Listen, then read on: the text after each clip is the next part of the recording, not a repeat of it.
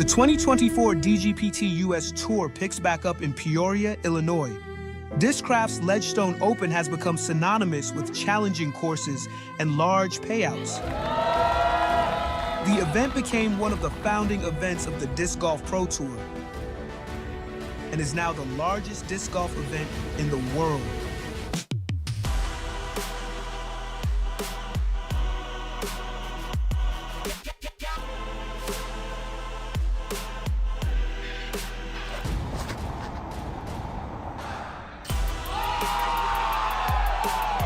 There's always a little bit of pressure to come back and take the title again.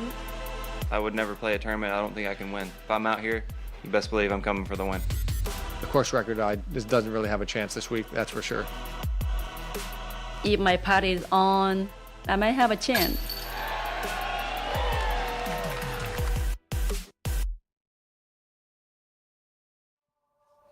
And welcome into beautiful Peoria, Illinois for the first round of Discraft's Ledgestone Open, presented by Grip EQ. With Wysocki a late scratch, your Pro Tour points leader Gannon Burr is the obvious favorite. Who jumps out to the day one lead? You'll find out live on the Disc Golf Network. Philo, let's watch the disc golf.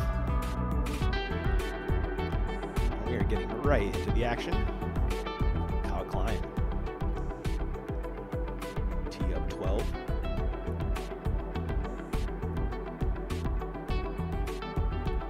Only way to do it right there, Ian, in the bullseye. Making life easy. Love that for Klein.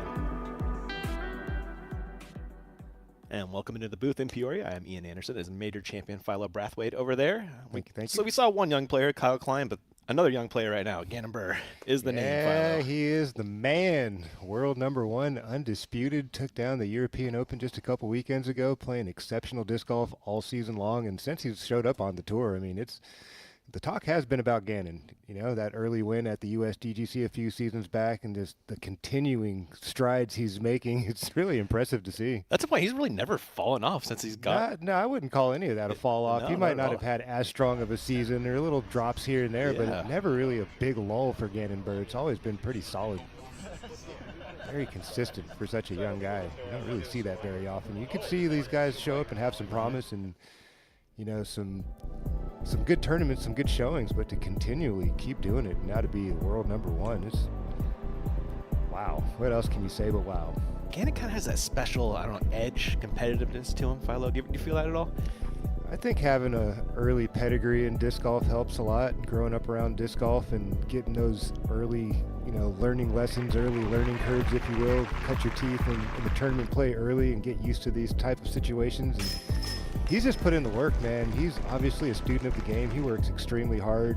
The first time I saw him, like we talk about this all the time, Yeah. He was on crutches and banging 50-footers. Like, I'm not going to let an injury slow me down from doing something. And having that type of mentality, you're going to be a true talent out there when you have that desire and that work ethic.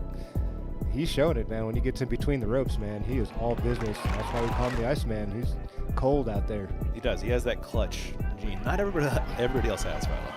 And maybe they do, but it just doesn't show up as often as it does for a guy like a Gannon Burr, maybe a Paul McBeth There or a you Ricky go. Wysocki, those names that we've been so accustomed to seeing. And there you go, Ricky Wysocki right there on this list. Yeah, so this is the players that won their second MPO major in their first 10 starts. 10 starts at majors, to be clear on that. It's Yeah. not 10 starts in tournament play, but their first 10 starts at majors to be able to get 2 wins. That's huge, man. You don't even see a Paul McBeth's name on there. That says a lot to the strides Gannon Burr's putting on the field right now. And how quickly he came on the scene and stayed there. And stayed there, yeah. Now world's best player, and I don't think that's going to change anytime soon. The way he's been playing, and he's staying healthy. His head's in a good place. Just don't really see much of that changing anytime soon. Has won 3 of the 4 round Disc Golf Pro Tour majors this year. He's won all of the Pro Tour events that were 4 rounds. Yes, sir. Losing that Champions Cup to Mr. Presnell. Take a peek at your scores as they come in early. Aaron Gossage at the top with that 9 down. And that was a clean 9 down for Gossage as well. He caught up with Brian Earhart. All yours, sir. All right, joining me now, Aaron Gossage, 9 under par, clean, no bogeys, and you birdied the last 4 holes in the course. Not a bad start. How do you feel? I feel great, honestly. My game plan going in, especially because it was windy to start, was just keep it in the fairway, don't go out of bounds, and I was able to accomplish that. There on the back nine, I was able to actually score a little bit more, and like you said, get 4 of the last 4 actually, so really happy to be able to capitalize on some of those.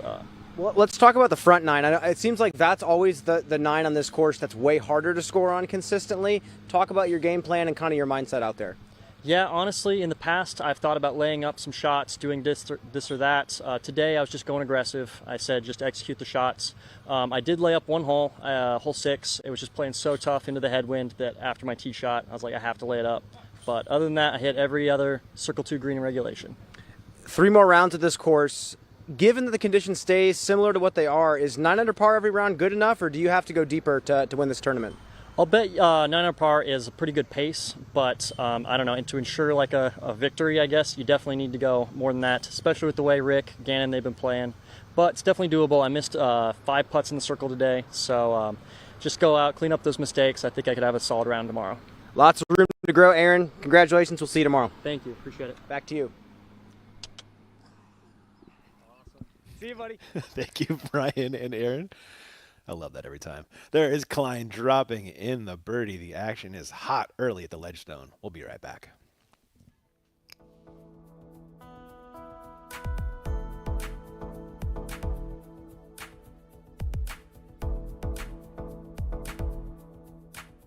TeamDiscraft.com, your ultimate destination for exclusive player-inspired releases, collaborations, and collections. Discover limited edition discs, apparel, and accessories you won't find anywhere else. TeamDiscraft.com brings you the gear you need for the ultimate fan shopping experience. Don't miss out on these one-of-a-kind items. Shop today and rep your favorite team. Tie at the top. She has to make it.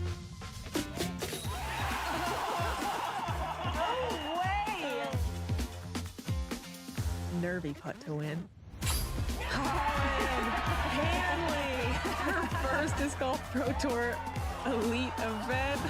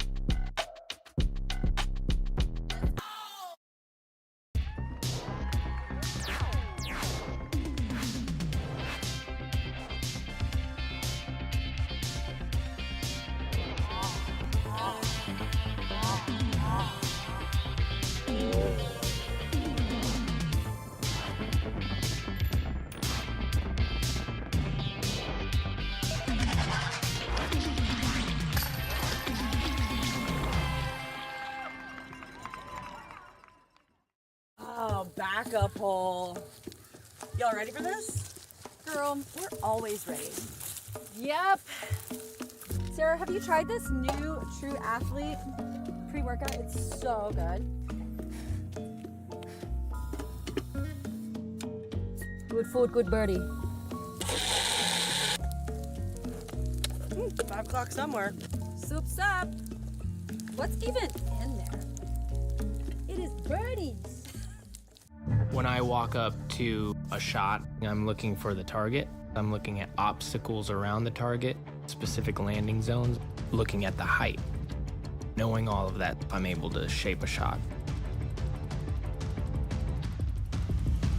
I don't want to think, did I get the right shot? Did I get the right distance? Like, that's it, I got it. Confidence is everything, and the Edge Disc Golf Rangefinder gives me exactly that.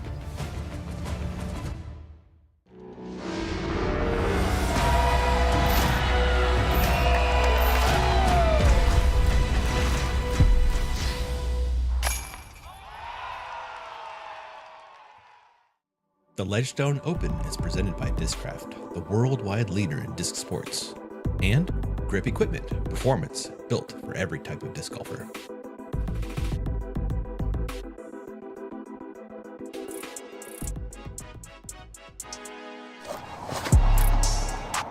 Oh, come on.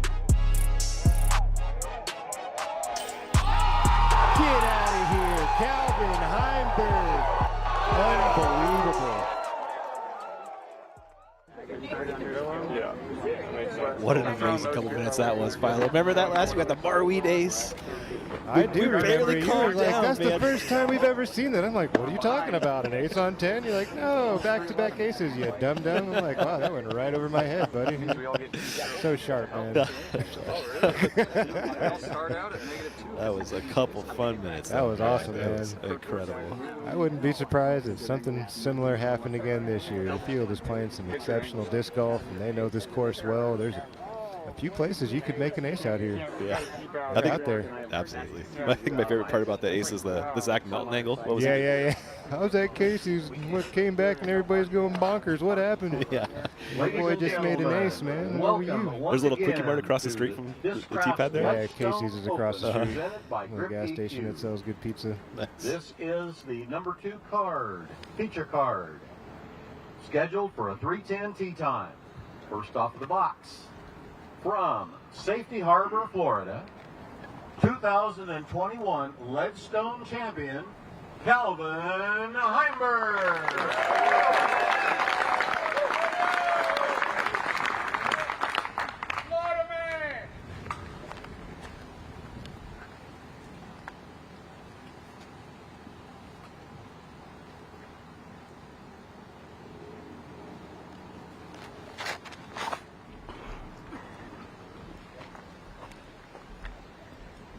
Going over stable fairway. That was a smart play there for Calvin. Any more speed, he's pushing that back line.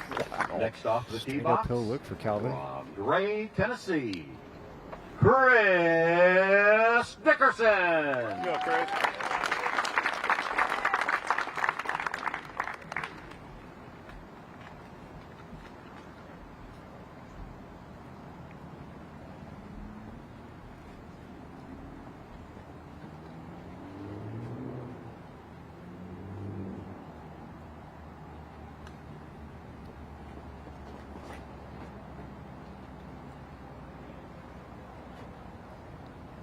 Typical to see a bit of a left to right crosswind here at the first.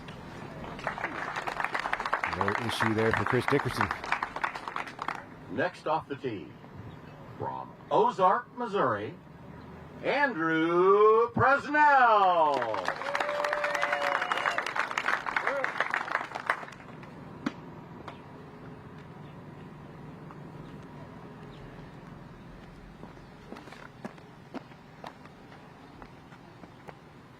Major winner Andrew Presnell, currently 15th in your Disc Golf Pro Tour standings, having himself a strong year.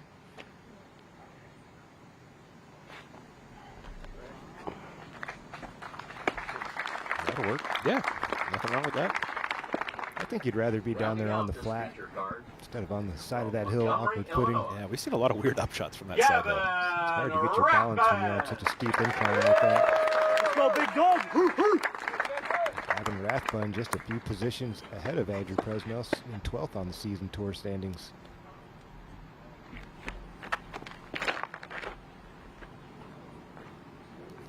Oh, that's a healthy rip right there. An aggressive line, trying to make that approach A healthy very Rathbun easy. Throws it real far. Love that. Beautiful.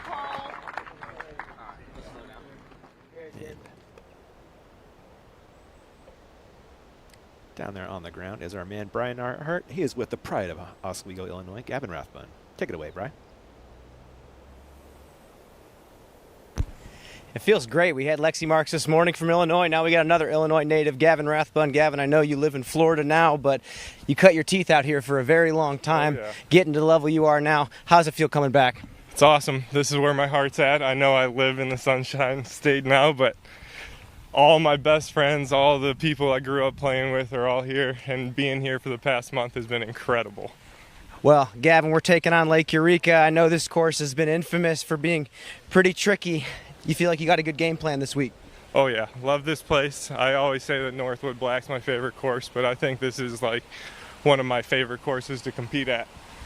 You said in practice you threw a shot into circle 2 on hole number 1. Just outside, but I mean, real close. Not going to happen this week, is there? Are we going to see that during the round? Absolutely not. It was a mistake. Playing a little bit more conservative than that. Gavin, good luck out there. Thank you, Brian. Back to you guys.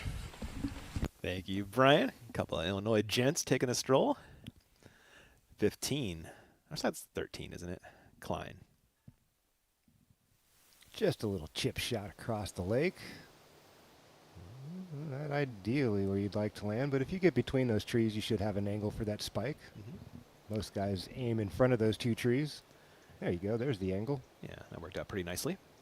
There's that crosswind to keep in mind. It should be blowing from the left to right here for Klein. Got to put some extra oomph and a little more height on it. There you go. Nice air out the hand. Shouldn't be an issue. 13 was eagled earlier today by Chandler Fry and Ian Burkett.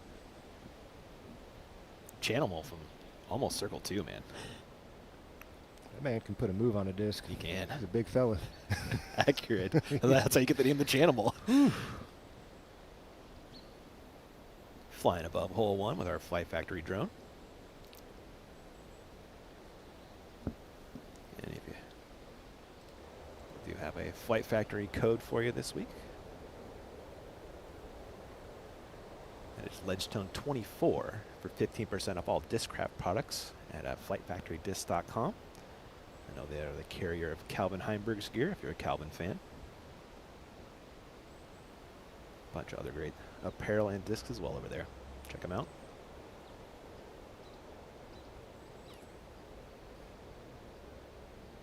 I really like this course, Philo. What do you think about the temp course here? It's fun, man. It can be pins and needles on the extremely breezy days, but if the winds are moderate, you feel like you can do what you need to do out here. It's one of those courses, like Brian was saying, it's tricky. It's got some really interesting ups and downs and how the hills play and how they seem to affect the flight of the disc. But once you get used to it and you kind of make up your mind the play that you want to play, there's a lot of birdies to be had out here. And this is one of those places guys really look forward to coming through, not just because of the style of course, but how much money's on the line out here at the Ledgestone. It's always been one of the top payouts on the season, and guys know they got a disc really well if they want to make some money this week. It's kind of like a major championship, you know, in the middle of the season. 4 rounds, right? Yeah, 4 rounds, and then the amount of cash you can walk out of here with, the payout's very similar to like a US GGC standings where the top 10 or, excuse me, top 20, 30 usually are making a 4-digit paycheck. Feels pretty good to walk out of here making a nice chunk of change. Yeah, shouts to Heinold and the team for raising all that cash. Every year. Yeah. Presnell throwing 2 on 1. Yeah, this is the problem ending up below. You kind of underthrow this second shot coming up the hill. It's not very far, but you got to push it up there. A little tester left for Andrew. Yeah, and a little hairy on the far side of that basket if he airballs. Yeah, you don't want to miss long. Dickerson throwing 2 up the hill.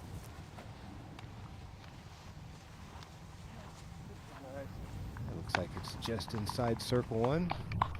To your point, though, about, you know, if the wind's down, you can score out here. We've got 3 guys that have shot 14 for the course record out here, so you can go low, low. You can go very low. It's really about building a rhythm out here. It's not like playing Northwood where you kind of expect to get, you know, ping-ponged and dink and donked for a stroke here and there because it's so tight and so technical. But out here, it's really up to you to be accurate. Very true. Heimberg, his second. Casual little swing right up there on the bullseye marker for Calvin. That's the ideal way to get started. Rathbun in his second. That course record held by Wysocki, Radalin, and McMahon, if you were curious. Perfect. Not much else you can ask for here at hole 1. Throw it over the hill, give yourself a little chip shot up the hill, make short work of that, take your birdie, and get off to a good start. Don't really need much fancy. We have seen guys get a little froggy here on the first and go after the eagle. The guys that got some big arms, not really necessary. Kind of bringing in some danger if you don't have it completely dialed in. That is Andrew Presnell down there lining up a birdie putt. Looks like he did get inside circle 1 after all. Yeah. Camera angle didn't do it much justice. Kind of hard to see.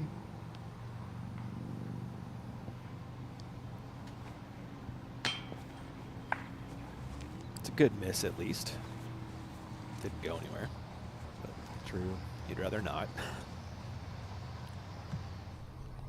It's tough to start this tournament with a par.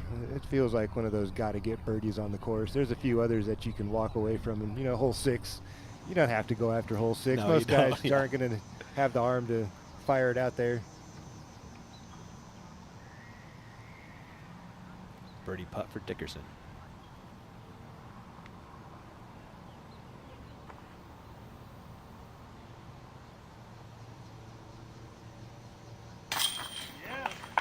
As expected, Dickerson, no problem. Klein, now his third on 13.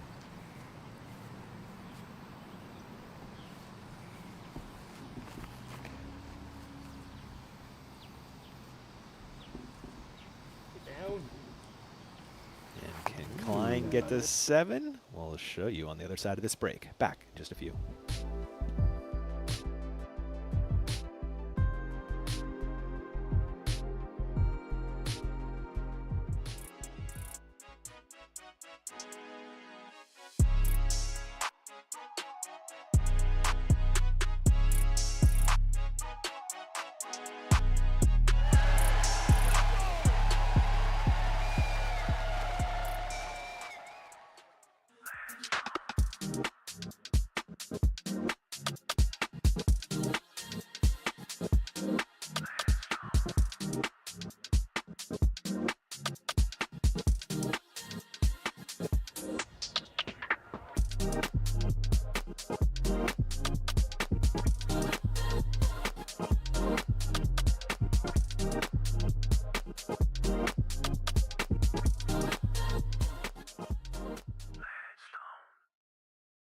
We're tough. Yeah. And we love the outdoors, right? But poison ivy's nasty, even for tough guys like us. So we use Zanfel. Zanfel works fast and washes away the itch. Zanfel neutralizes toxins and washes them from your skin. In seconds, the itch is gone. Healing begins. When you get poison ivy, get Zanfel. It works. Immediate relief, and we're right back to being tough, right? Right. Got poison ivy, get Zanfel. It works.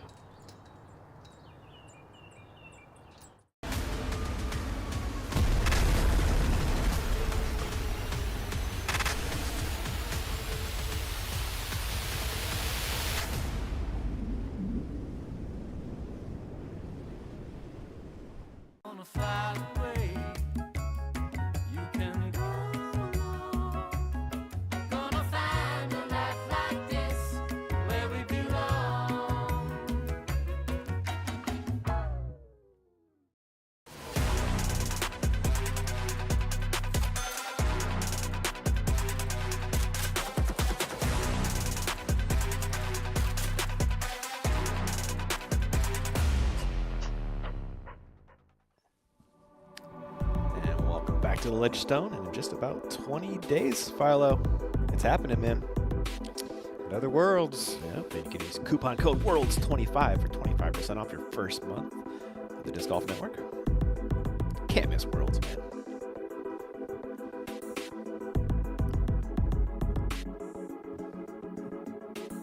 And someone's still chasing that first major, Heimberg, on a tee of 2. Isn't it surprising he hasn't earned one yet? It feels improbable. Ooh, a little low. This needs to catch an edge in a hurry. That OB comes up fast. OB. Calvin Heimberg. Was headed back to the ground out there. It was skipping off the moss. It was trying to work. Yeah. Luckily it floated. Get that one back. Yeah. But we'll be throwing 3, and that's a pretty tough up and down, man. It's not easy off to the left over there. Yeah. Dickerson has a world-class forehand.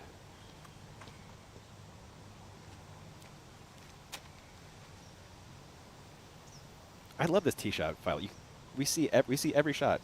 Backhand rollers, forehands, backhand air shots. A little bit of everything is open here at the second.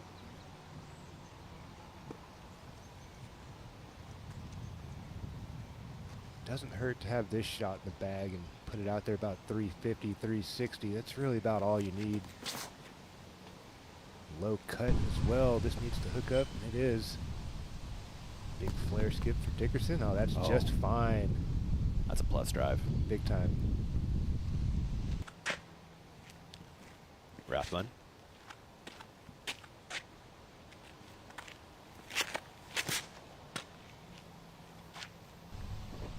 Somewhere between the two. Mm-hmm. You don't scoff at that position. Not at all.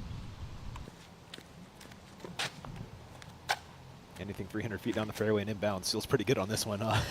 Yeah, positioning is a big part of these par fours out here. You really want to set yourself up for angles, like on most courses. But this thing has some character to it here at the second. Water does come up pretty quick on the left. The slope of the hill likes to pull things towards it, especially with this shot, the righty backhand. It's a good one. Not bad. A longer second. Yeah. Klein has a putt for birdie on 13. He saw the first three. Caught a little edge and pushed a little long here for Klein, but shouldn't be much work.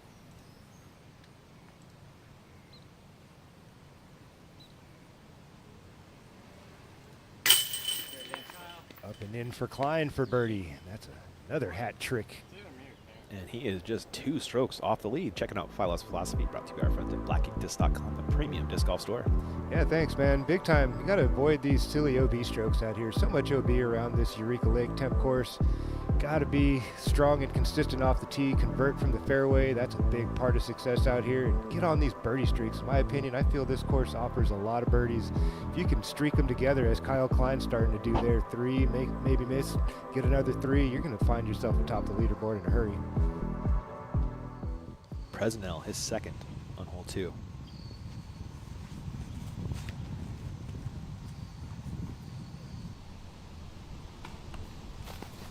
Wow, what a shot from Andrew.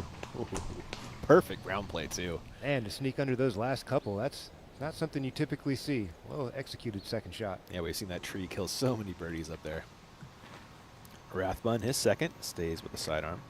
Looking for a little anti-skip, gets more of a straight skip, but comes up short. That's the putt you don't really want. Low ceiling right at the water. Decision time for Rathbun. Looks like Calvin's going to grab a mark with the assist of his card. He's got some room to work the righty backhand hyzer here. Have you had this shot from down here? It's happened a couple of times.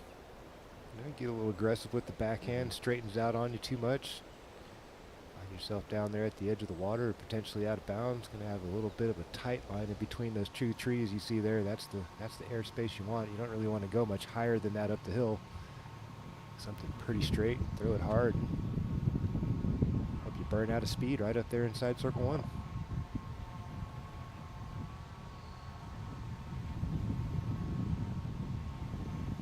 That low ceiling, you can't really fluff it in there, you know, Ian? Yeah, true. This really has to be driven. Got to put a little pop on this thing. Drifting up to the right side, trying to fade back in. Looks like he did get beyond the trees, inbounds inside circle 1 for Calvin, looking at a par. Dangerous putt. That was close. Very close. Very close. Klein now the tee of 14. I think this is one of the most difficult tee shots on the course right here. OB left, water on the right, down, then back up. Maybe 50 foot of fairway to work with side to side. That's the action you're looking for. There you go. Digs in just across that little creek. He'll be in good position there. Back to 2 for Dickerson. What a drive from this man. It's hard to drop a disc in a better spot than this. Got the options. Dickerson looking to the backhand here. Think he skips in a backhand wide? He does have that window. You can see how he's here in the middle. That big space up there. There you go. Right in that space there. Come around the back side of that tree. There you go. Bump and run. Dickerson. 2 for 2 start. Beautiful. Gorgeous.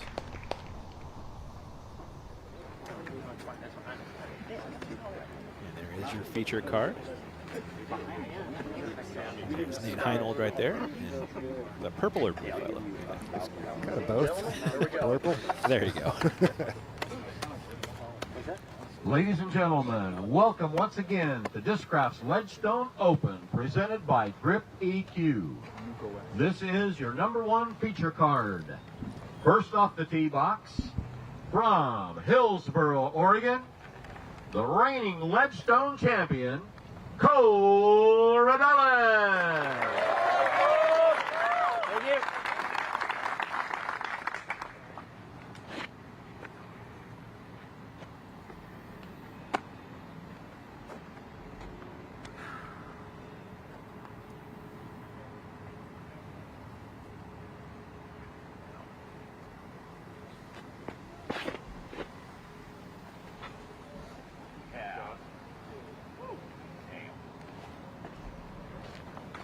Thank you.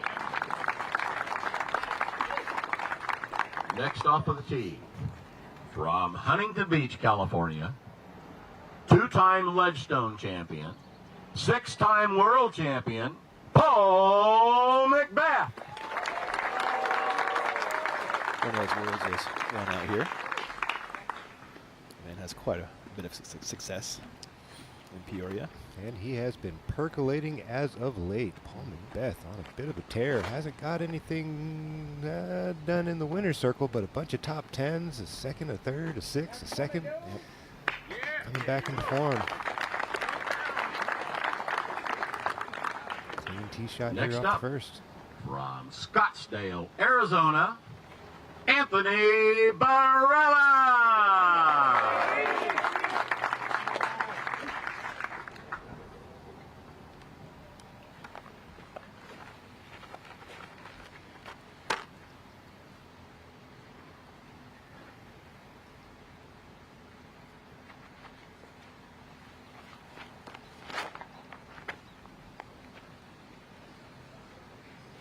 This should fight back. It looks like it's got that overstable edge. There it goes. Pushing that back limit.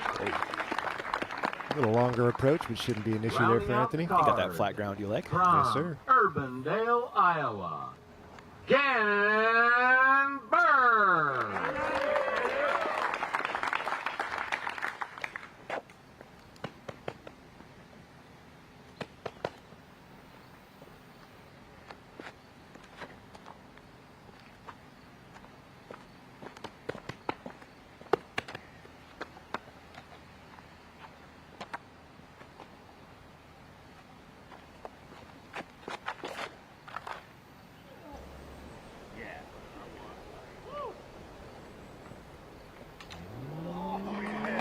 A little closer than you'd like to be. That'll work for Gannon, though. By the skin of his teeth, inbounds. You know, Philo was kind of alluding to this with Beth in his European stretch. He's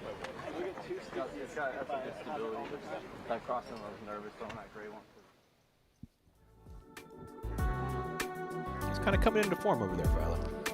Yeah, he's had a lot of success across the pond as well. Losing to James Proctor at the Swedish Open, but man, he was on his heels the whole way, just executing shot after shot, making James earn that one. Procol, nice 6th place showing. Man, that was a cool course, Philo. Beautiful. Yeah. And then 3rd place at European Open, man. Impressive. Another podium finish over there across the pond at the European Open for Macbeth, and then the European Disc Golf Festival over in Estonia. Showed up big again, another 2nd place finish. He's on pace for first, 3-2-1. Yeah, he's heading in the right direction. Seems like it's been the best little clump of disc golf we've seen from Macbeth this season, and a good time coming into the second half, latter half of this season. Got Worlds coming right up. You know how important that is to him. USDGC around the corner, disc golf finals coming up, Pro Tour Series finals. Heimberg saves par despite the OB drive. That's big. That is a big putt right there. Most guys' knees start knocking looking at that water in the background. Klein on 14, throwing 2. Dragging a little left. All right. Looks kind of short too, doesn't it? A little short, a little left there for Klein. Would like to see him hang that out there over the water a little more, but that is dangerous. And Presnell, fantastic approach, results in a birdie. Same can be said for Dickerson. Yeah, this will be 8. Par for Rathbun. He got stymied by that tree, Philo. Smart play just to take his medicine. Yeah, with you there. Double G for birdie on 17, and we got 2 greens this year, Philo. 2 pin placements here. Yes, on we 17. do. Yes, we got this one. This is the original 17th, and then there's a little tiny one off to the left of this. Going to be interesting tomorrow to see how guys tackle that one. Hole 3, Dickerson trying to start with a turkey. Opting for the hyzer line. Don't see this every day. Splitting the wickets, Wow. Philo. Woo. Would you look at that? That'll work. Scott Stokely made it work on 3 earlier, by Yeah, the way. he did.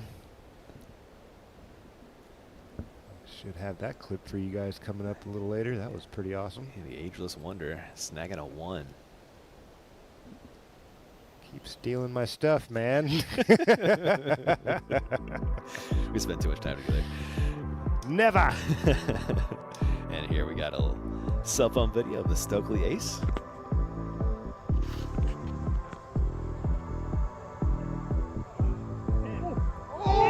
Nothing but chains. Hand to basket. Let's go. Nice camera, cell phone work.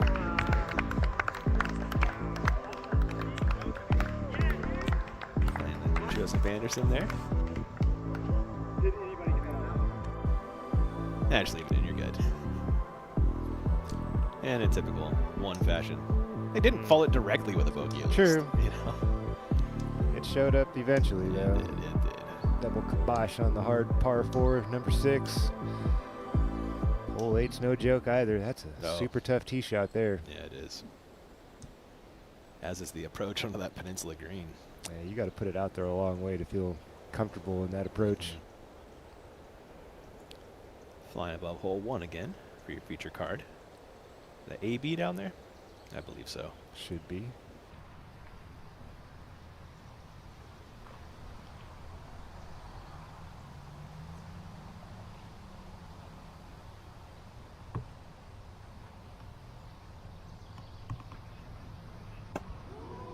Sit down. Oh boy.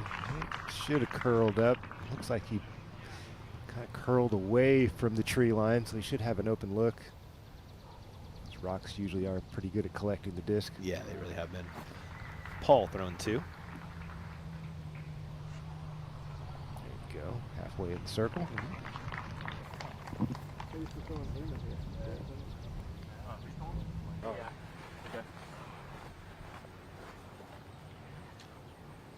Burr, thankfully in bounds, throwing 2. Do you like being up here if you happen to be here? You don't, yes and no. I mean, you don't mind it so much. It feels a lot safer to be down below throwing up the hill. But, you know, this spine is big enough and wide enough, and keep it on the hyzer side. It should curl back towards the basket as long as you don't throw it way below, you know, 10 feet to the right. It should be just fine. You don't hate it. There you go, something like that. Just right outside bullseye. Always give myself a chance and not go deep. So, but there. So Gannon has Matt back on the bag from Titan Discs. Hole 3, Heiberg. This is the shot most people go for here. A little hyzer flip up right down the middle. Calvin Heimberg basing it. That's a good start. Rodolin and his second on 1. Does that look a little fluffy to you, Ian? Just a little bit, huh? All right, not too bad. Inside circle 1, little 6-meter putt left of Rodolin. Back to 3, Rathbun. Also looking to the hyzer flip. Really didn't flip much, just hit a hyzer and pushed straight the whole way. Beautiful shot there from Rathbun. He's playing some great disc golf this summer, isn't he? All year long, it seems like. Klein wants no part of that putt. Lays it up. And we'll grab a par on 14. Back on 1, Macbeth looking at birdie. Maybe circle's edge. There's a circle's edge look there for Macbeth. Able to convert. Good start. Perfect putt to start his day. That's what you like to see. Yeah. Always bodes well for the rest of the round. Dickerson to start 3 for 3. He don't miss those very often. You got to look out for this guy. He may not be on the tip of your tongue all the time, but Chris Dickerson is a gamer. Just one tournament outside the top 10 this year? That's the last time we checked him. Yeah. Yep. Barella in the woods coming out for birdie.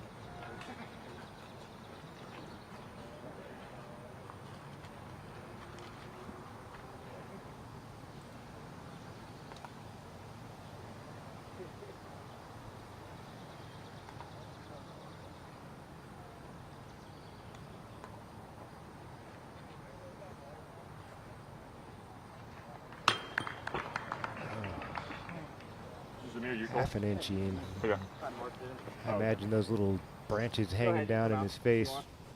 Made it a little difficult to get the lift that he was looking for. Rendalen waiting for AB to get out of the woods before he lines up this birdie putt. Just enough to get over the rim.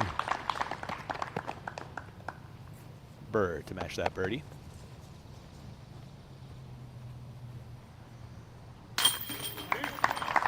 Rendalen and Burr are pretty good friends. They really like to battle at almost everything. So it's fun having them on the card together today. Yeah, especially being that we've got your world #1 and your defending champion playing together. That's also kind of cool too. Yeah. And those guys are going to have a lot of years of going back and forth between the two of them, I feel. Dickerson, tee of 4. This is a dangerous line. It looks like he missed early left. One off the way. We'll hope for an up and down from there. It's not always a guarantee. Depending on how buried you get, yeah. Exactly. It's a pretty steep hill coming down towards the basket there as well. Kyle Klein on 15.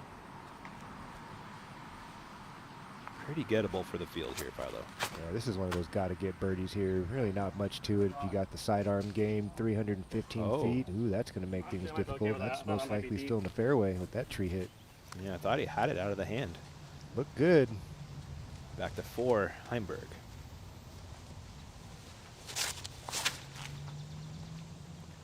That is the most technical line to throw on this hole here. That down the left side, unraveling. A little hot for Heimberg. Oh, that was a friendly kick there. It keeps him out of the woods. Still inside circle 1 as well. Excellent shot there from Heimberg. Solid jukes by our camera operator as well.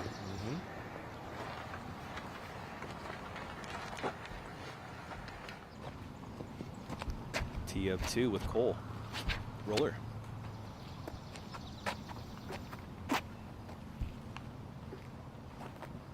I don't know about you, Ian, but I've always been envious of guys who had full control of the roller. Man, this shot can really do wonders for your game if you can dial it in. Just put you in positions some people just can't get to in the air. Uh-oh, come on back, come on back. Ugh. Is that hovering the line? That is so close. Any part of his disc is under that white, he's going to be green. Looked OP, didn't it? Oof. Risk reward, man. That's the problem with the roller, is it tends to go OB right. Macbeth. For my money, the forehand's the shot all day if you've got all 3. Yeah, it's the safer of the 3 options, that's for sure. Macbeth going to the backhand there and low and not the appropriate angle. He's going to have some work similar to Andrew Presnell. High 3s into the green. That's my guess. Burr.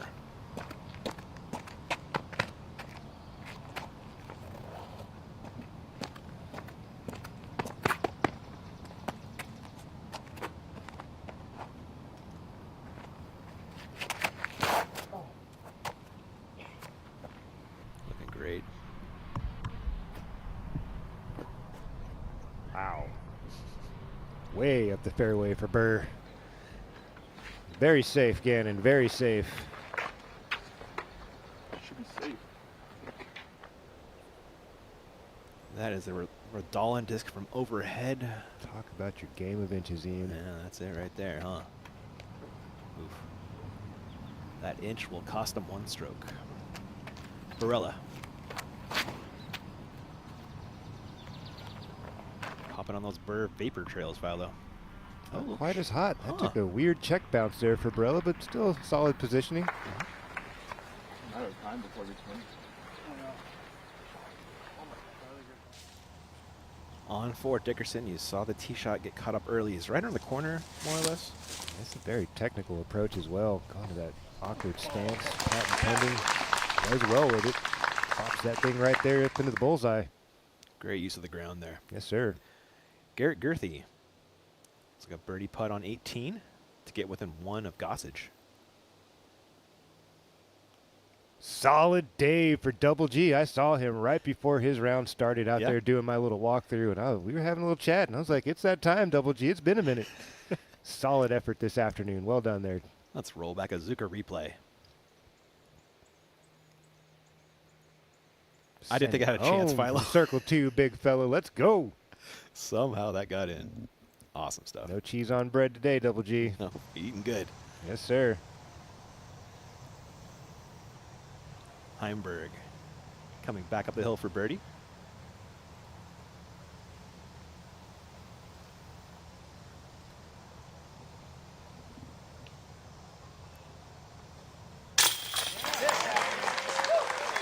Almost a perfect start there from Calvin Heimberg. You know, just a little loose on that tee shot at the second. He'd be 4 for 4. This looks very tight for Macbeth. Yeah, that's what I thought was about to happen. It's going to be slight circle 2 for par. He's going to be similar to where Gavin Rathbun is and not have much of a look at the You don't target think he at has all. the Heimberg look? I'm not sure if he does. I don't think he got far enough up the fairway. I think he bounced out a little early. It's just from that perspective of the camera. Sure. We'll see. Klein has a long look at birdie on 15. Did find circle 2 after all. No! Dribbles out the left. I think the wind did that to him. That was on line. That was in there for a minute. Heimberg, tee of 5. Overstable fairway again, Philo. 476, man. Insane. Just enough to get over. Dribbles into circle 1. What a shot from Heimberg with a fairway driver. Come on. Boy. Woo. Barella throwing 2.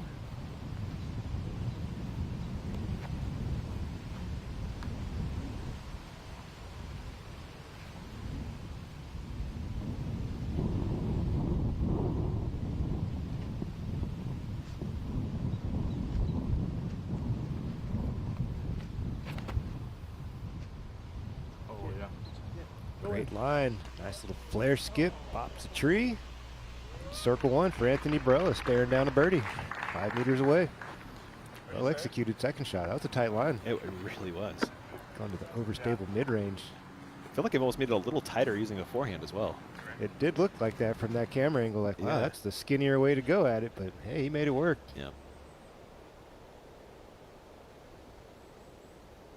Should be swinging over to Radalin. Here we are with his. It was his 3rd, right? Should be his 3rd. I don't know if that was. Yeah, they did give him the out of bounds. There we go. Chip shot here for Radalin. Well done there. We'll save his par at the second.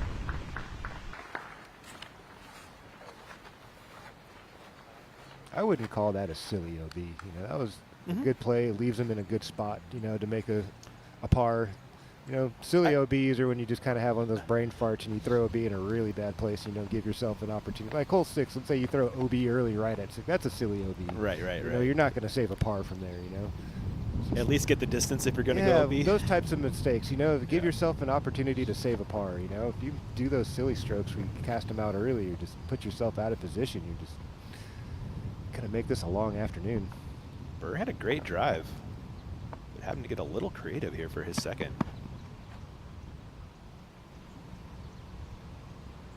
Looks like he's going to flex around the first tree and try to get this thing to unravel right on time. Look at the touch on that one. Wow. Oh, on. So impressed by how he's able to work the disc from different angles, different speeds. Obviously his putting game is next level. But to have that kind of touch, you know, that's one of those skills that really takes some time to develop. You don't just show up to the scene and just have that already there. It takes a while to get down on a knee and be able to feel the pace of those types of shots, especially for a guy who can throw the disc so dang far. That's usually like their hardest, their weakest part of the game. The touch. The touch. Yeah. All the long throwers seem to struggle with that in past years.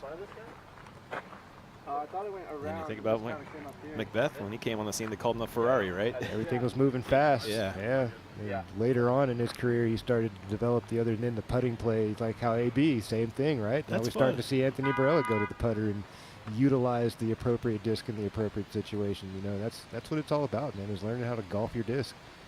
Looks like you were right about this tree, Philo, is stymieing this putt for par. Another 5 feet, and I think you would have had a clean look at it, but just cut OB a little too early. God, do you run this one so early, or do you just concede bogey? With the field and the way things have been going for Paul, I have a feeling he's going to try to drop this in there. He would have already laid up if that was the case. Just left side, and there goes that extra stroke in. Yeah. It's hard not to go in this, you know. You said this exactly era why. Of disc golf. You're in his head. He knows what everyone else is doing. Every stroke you give up, man, somebody else is going to get it. You got to go for it. You got to take your chances and live by the sword, die by the sword. AB trying to see his way to a birdie.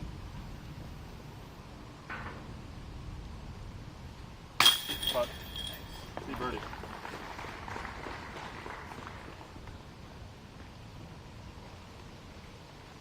Beth will clean up double.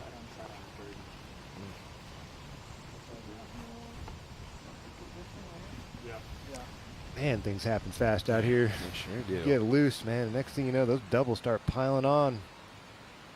That's 2.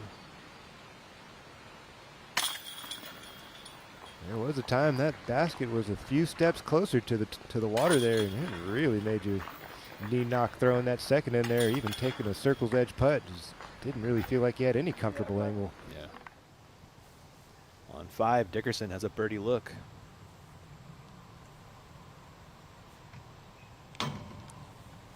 Looked a little weak out the hand.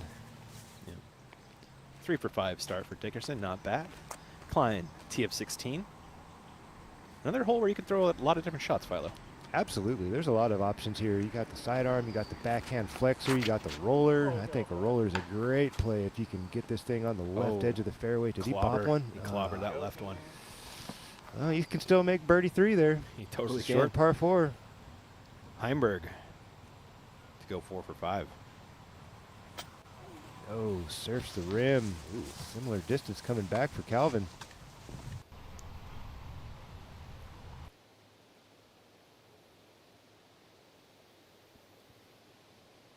There's a little reaction out of Calvin there. You see that? Yeah, he was not happy about that. No. Now coming back for par. There he is, Philo. Rarely misses the second one. It's a mark of a true pro there. He might miss the first one, but rarely missed the second.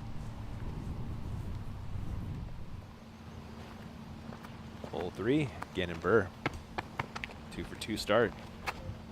Looks like is he aiming over the sidewalk there? That's what most sidearm players do, but this looks like up the middle to me. I don't know. He's looking out left, though. You're right. He's looking that direction. Maybe trying to get some gallery to pay attention, make sure that if anything happens, they can get out the way. Yeah, he's headed out that way. Looks like mid-range even. It does. Never saw anybody do that 5 years ago. Absolutely a driver off the tee here. Oh, he does go for the middle. Right down Broadway. It's starting to flex, but it's going to get that stable edge. Turkey. Wow. Maybe he saw the Scott Stokely ace. Maybe. Well executed once again from Gannon. Barella. Looks like a putter in his hand.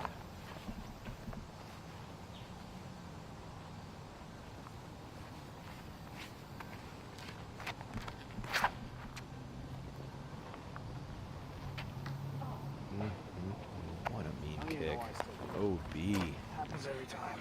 God, that's the line you throw so you don't go OB, Philo. Yeah, that's the idea. You try to keep that thing on the grass as long as possible, but sometimes those pines are quite rude. Rodalin.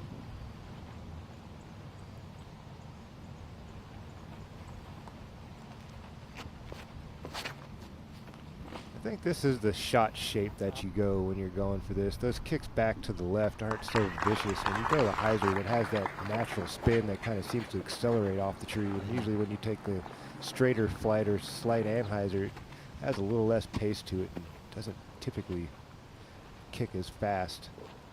Macbeth. Little hyzer stand up for Macbeth. Dragging through the trees, slides into circle one, ready to look for birdie. I'll have that to get back to where he started the day. At even. We saw Pablo out here too. The kid looking super cute. He had the stare going on for a minute. Yeah. I don't know if we caught that. He was making eyes with the camera for a while. Is this the intended line for Burr, Philo? He's not missing this bad. Maybe he missed by one gap? Yeah, I think he was trying to keep it down the center line the whole time. I don't really see anybody looking to flex in between trees halfway down the fairway. It's just not what I think your intended flight path is, but he'll take it. He's like, hey, that worked out. I'll live with that. Yeah. What else can you do, man? Better than being punished, you know? That's better lucky than good every time, man. Klein, early tree on 16, throwing his second now. Looks like we're going to that roller again. Maybe? Could just be a big turnover as well. They both should play. He's going roller. Is he? Okay. You had it right the first time. Does have a big bush down there that should catch the tree up. We'll show you that result once we get there. Burla, his third after the OB drive. Ooh, not off by much. But will result in a bogey, sending AB back to even on the day.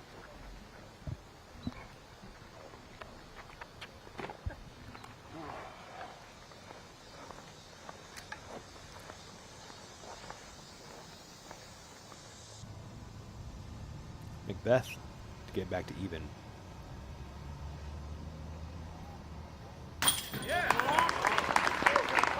Just like hole one, a perfect putt from Paul. Out there, circle's edge. Nice to see those dropping for Paul. Seemed like a few times this season he'd had a little bit of a disconnect out there in that 35-foot range. Rodolin for a 2 for 3 start.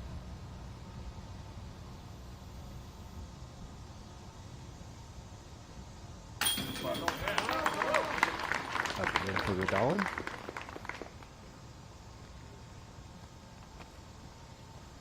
Bogey coming for AB. And Burr will drop in a birdie for the turkey start. Let's go, Gannon. Iceman putting a chill through the field already, starting off with a hat trick. We are on the hole 6 for Heimberg. Toughest on the track. Last I checked, it was 2/3 of a stroke over par. Not surprised at all, Ian. That's increased to 0.7 now. I'm not surprised. This second shot. Oof, yeah. man. How brave are you feeling with that second shot? Most people not very at all. Just dink, dink, dink, take their par and move on, hopefully. Yep. So easy to get loose here on either of these two shots and slide out of bounds. Dickerson next to tee.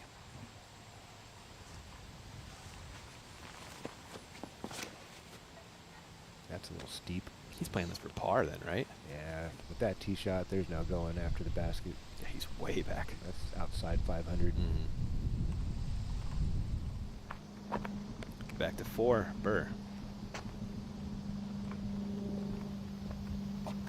Was this a mid-range shot for you, Philo, or more of a putter? Oh, rock all day. Yeah, there's no way I've never been a great putter thrower at distances in the 400-foot range, even with downhill. I mean, yeah, maybe a 300-foot putter shot, but when you get over 400, I'm going to the rock all day. Fair.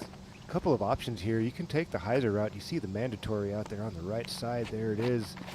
Got to keep it inside. There's your hyzer line. Hadn't seen that yet. Just need something that stands up and pushes. This is fading a little fast. That seemed underthrown from Gannon. Out there in circle 2. We'll see how aggressive he wants to be at that downhill hill. So you thought he threw it perfect. Close. Just maybe a little more turn and a little more power. One of the two. A little more speed with that angle would have done well. Rodolin, one of the better putter throwers in the world. This is the line that most guys want to hit right here. Taking it down that left side, get it to turn a little bit. Fade late. I think he caught that tree right out there at circle 2. Yeah. Had good shape to it. Macbeth. Looks like Paul's going putter. Ooh, that's going to square it up, Ian. There it is. Similar look from Chris Dickerson trying to scrape up his par.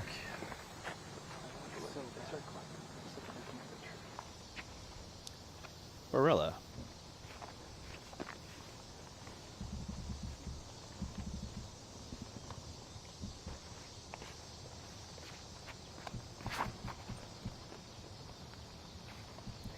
Barella just sneaks past that fairway to Finer. Couple late ones to miss. There you go, AB into circle one. Exceptional tee shot. You broke my lane. Yeah, there you go. But I don't know.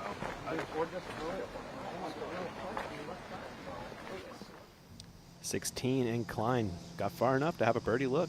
Looks like fairway though. And lays that up smartly. A little bit of a downgrade on that putt. And fun here, the Ultiworld Fandom Survey is open right now. It's the 3rd annual. First available research in Ultiworld Disc Golf is now open. Share your opinions on players, media, discs, equipment, and more. Our results from the survey will be published on the Ultiworld website later this year. Let your voice be heard. Go to discgolfsurvey.com to take the survey and help shape the future of pro disc golf.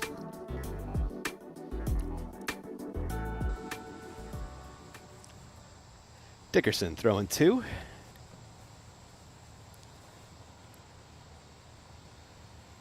So what's your spot here, Philo?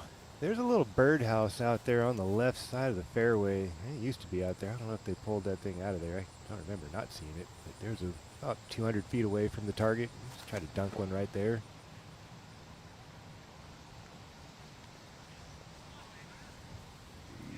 Dickerson. Fantastic. Yeah. That's just a scary shot, Philo. You're telling me, man. Never really that comfortable on that second shot on hole 6. It's up in the air and you're doing the math the whole time. Am I coming back in? It's going to come back. Is it going to get a big skip? I mean, usually they don't skip much. So most guys are in their mind, they're thinking, if I'm going to make a mistake, I'm going to miss left. You know what I mean? Be aggressive to the left edge of the fairway. And it's not really going to jump out there. So at least you get distance too. You get the distance, and you're not throwing from exactly way back there. Yeah. That's one of those silliest OBs I would be calling on. You know, you miss right there at 6. Macbeth punished with that kick, Philo. Well, it looked like it had a downward trajectory, so hopefully you didn't go retreating too far. That's far enough. After 2 steps, you're too far. Natural OB. Pablo's one of the best at making things happen from awkward situations. He is an all-time scrambler for sure.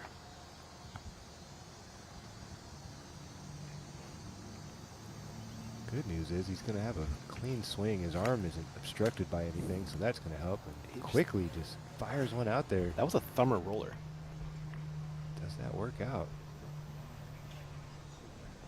Looks like it made progress. It should work for a 4 at least. If the camera's pointing perhaps? Yeah. Bob? No doubt. No doubt. Didn't really take much any time there. Just lined it up and threw it and took whatever he got. Don't really see that from Paul Macbeth very often. The few times we've seen a course get the better of Paul Macbeth, it's actually been out here. Northwood Black a couple years back. Rathbun throwing 2 on 6. Doesn't happen often. There's some groaning. There you go. There's the spike we all like to see. Inside circle 1 for Gavin on the most difficult hole on the track. Awesome stuff. Back to 4, Redolin. That's a smart play. Oh, that's fine. Okay. 1 step off the chips. He's right on the bullseye, I'm sure. Macbeth, his 3rd. Does he get aggressive again and try to save par from the fairway? He's going. That was not his best effort.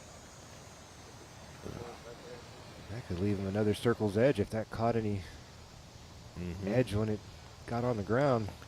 Burr has nothing to do but lay up for par. At least he does that well. Heimberg, his 2nd on 6.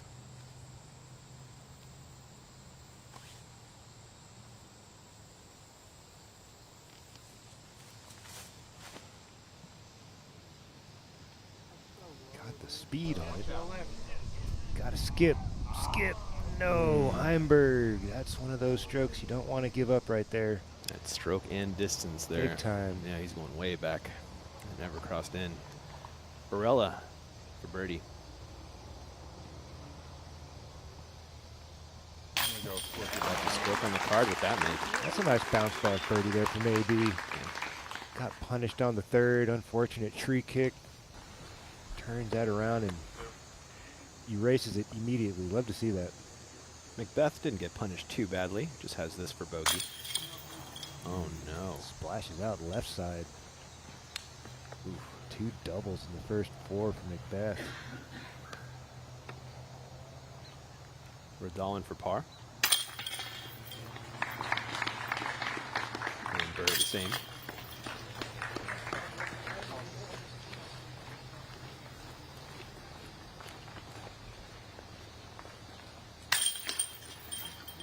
All 2 birdies and 2 doubles on the card so far. It's been a roller coaster day. The modern era GOAT. Heimberg throwing 4 now. Hasn't even made the corner yet for Heimberg. Still out there in the 450-foot range. This looks good though. It does look good. Should check skip. There it is. I like that they kept the grass tall here on the Circle 1 area. Absolutely. That's brutal if they cut that thing low and those things get the flare skip. I mean, what are you going to do when you're out there 450 feet away trying to make a birdie? Klein, tee of 17. I like the width. Gotta hustle. Go. Go. Just enough to get over the hay bales. Green flag for Klein. Trying to run down that lead. Dickerson. Just lays up for par. That was his plan the whole time anyway, though. We saw off the tee shot, you know. AB, tee of 5.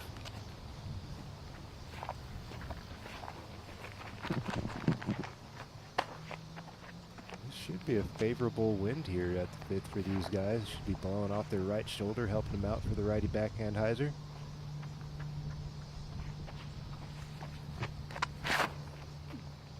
Big, towering, spiking hyzer from Barella. Bounces it right inside Circle 1.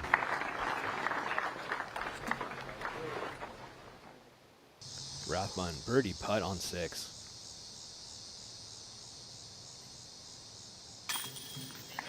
Woo, that tried to slide out of there. Nice bounce back for Gavin. Most difficult hole on the track at that. Yeah. That's grabbing 1.7 strokes on the field there with the birdie. Burr back on 5's tee.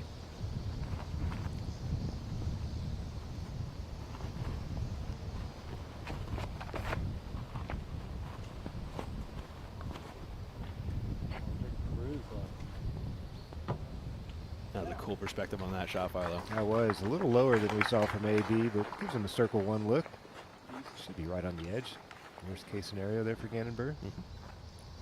Rodolin.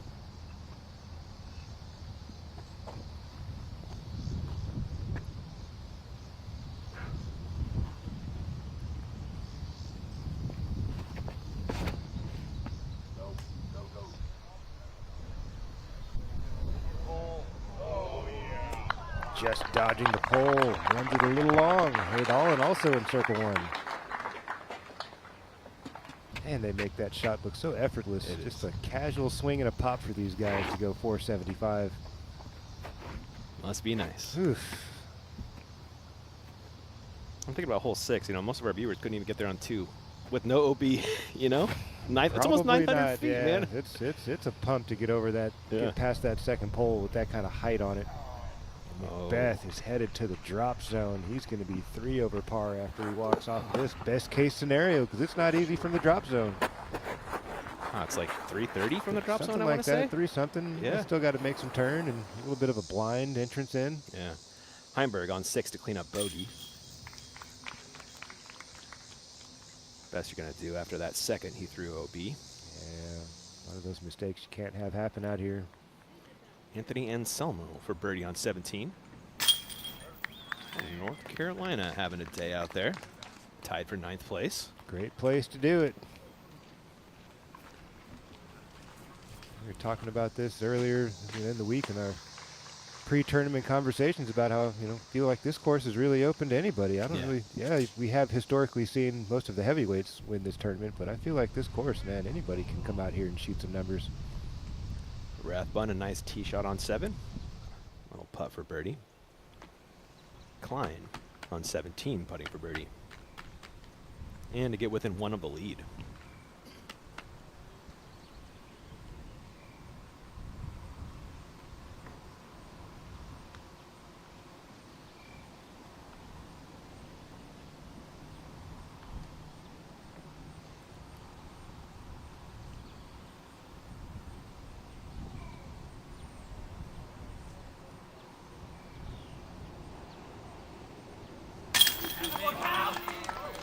Consistency of one young Kyle Klein, 6th place on your tour point standings.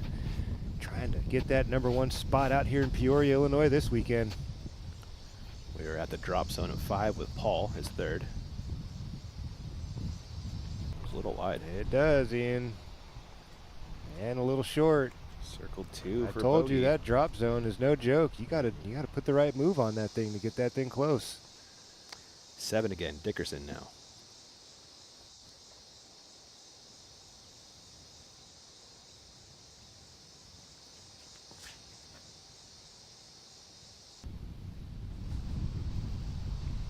Ground play. Looks like you rumbled into circle 1. Just barely. Heimberg on the same.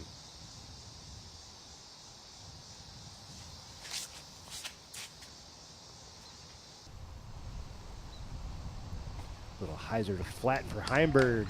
Parked.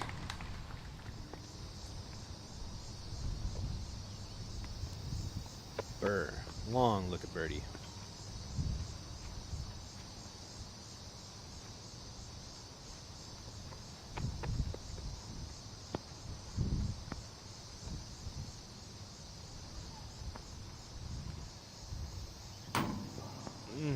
Just off the mark there for Gannon Burr. He wanted that bad.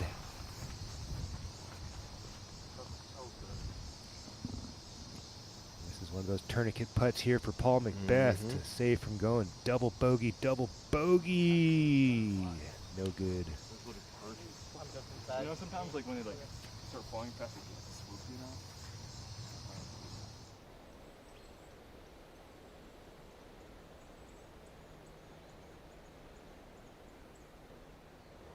Radalin has a birdie look.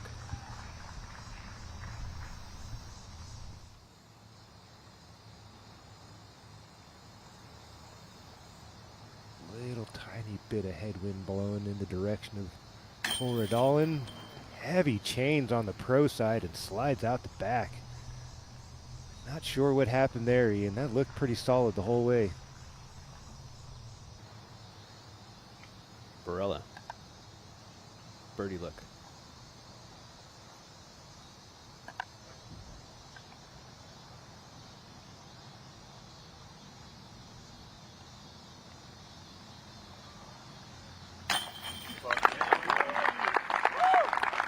It's a nice up and in there from Anthony Barella. One of those areas of his game he's really tightened up over the last couple of seasons. Oh my gosh. 27, 28, just inside the circle. Looking real strong this year. That has done the difference, hasn't it? Macbeth, another double. Ouch.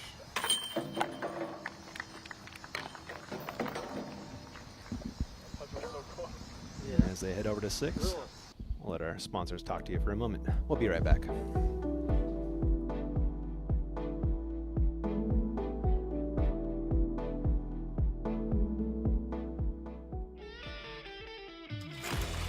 The United States Disc Golf Championship. A tournament with history unmatched in the disc golf world. You bet! Colin Hanley is on fire. Talk about giving the crowd a show. What a performance from Kyle Klein. Gannon Burr, this kid is unbelievable.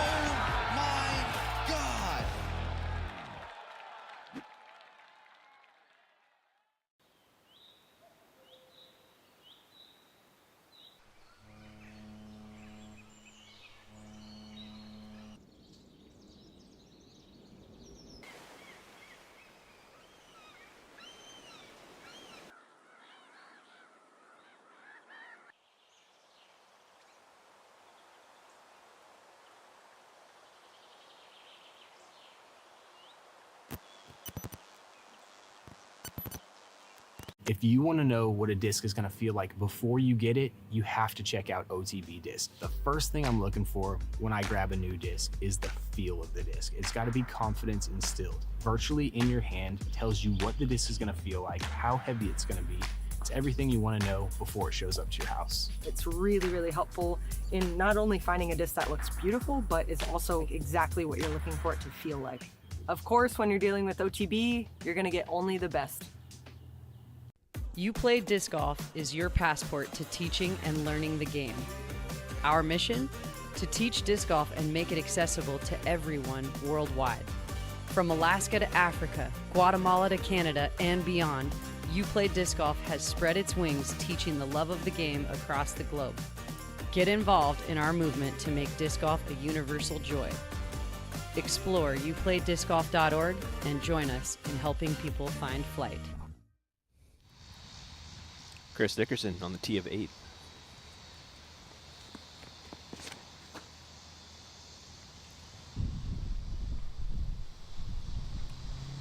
Loving that one, Philo. Is it me, or does that gap look bigger? Does it really? It kind of feels like something's missing over there. Maybe it's just an optical illusion. It's always been a very difficult tee shot here at the 8th. Not much room to play with. Heimberg.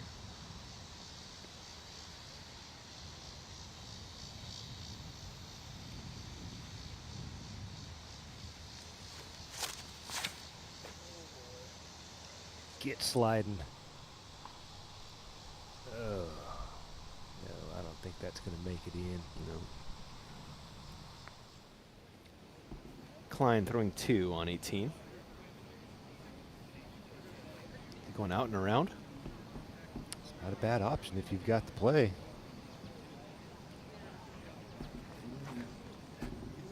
Take all the trees out of there. You know it's going to get back on green.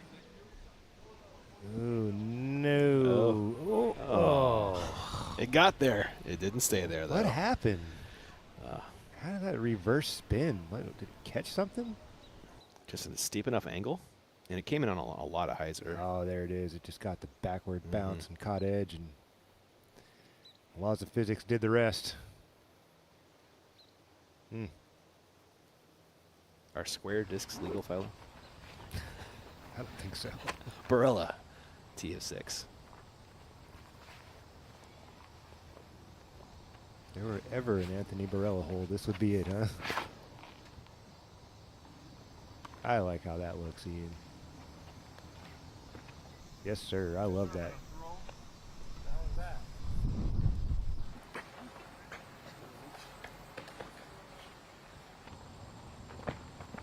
Burr.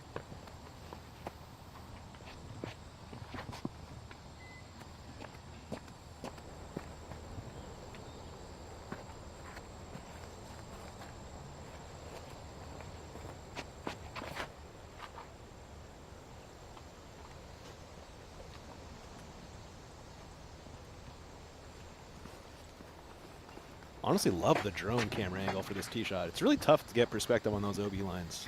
I love it every time they do it, man. It's Yeah. such a treat for us. I mean, Yeah. I'm sure for the viewers at home as well to get a different perspective. But, man, it's so much fun to get that eagle-eye view up there. Redalin.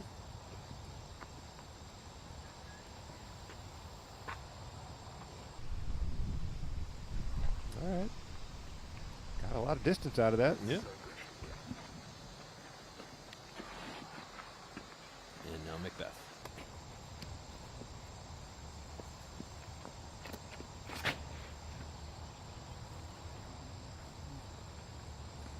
Also, another really nice aggressive line, similar to Anthony Barella. He's going to love that. See if Paul can put something together here at the 6 and get one of those birdies back. One of those double bogeys. Can't believe he's had 3 already. That's insane. Heimberg, drop zone of 8, throwing 3. There is OB over there. Like pond. Looks like he dried up just short. Have a look at it, but again, another dangerous putt with that skinny little peninsula up there for the target. You're right. He's putting right at that creek over there. Dickerson had a bonus drive, throwing 2.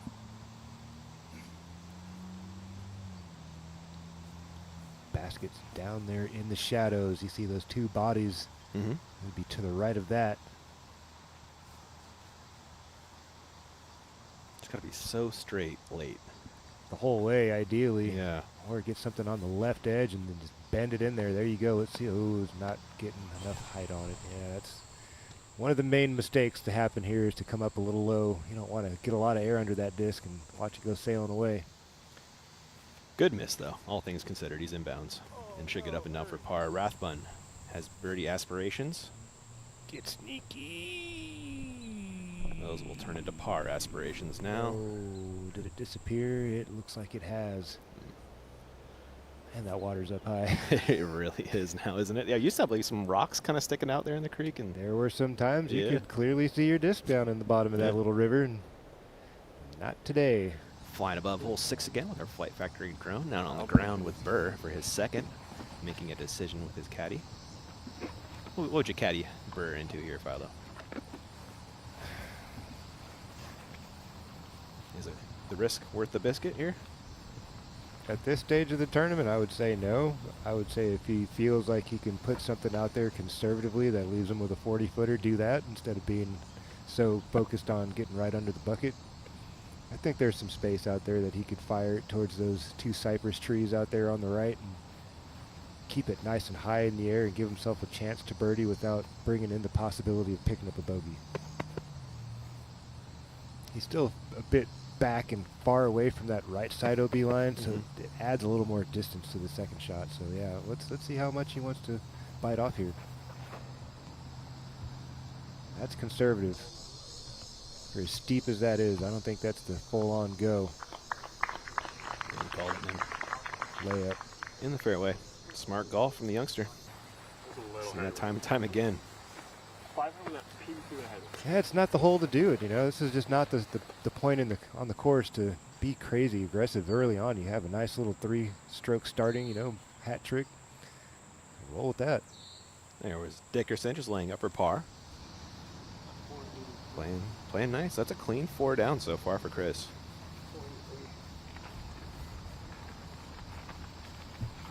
AB's turn for the second shots on 6. I'd feel more comfortable from where Anthony Barella is, closer to that OB line. At 60 or 70 feet makes a big difference.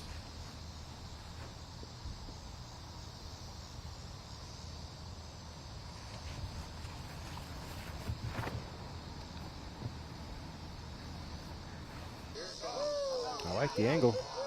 Should stick. Tombstone indeed.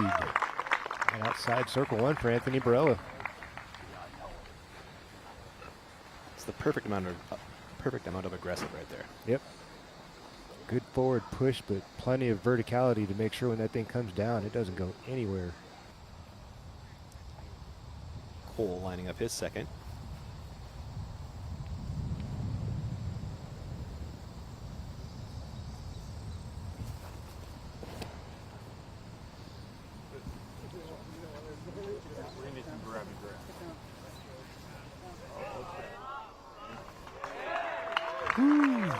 Just barely for Kohler all, and any flatter out the hand, and that thing probably would have skipped OB. That's how fickle that green is. Heimberg to save par. Is he running this? Oh, he's going. Nice soft bid there from Heimberg. Would not connect. Klein on 18 for par after his second rolled OB. This would be a huge scramble for par for Klein. No, bounces off the koozie, and that'll turn into a closing hole bogey for Kyle Klein. Finishes round at 7 under par, and that should be tied for 5th in the clubhouse.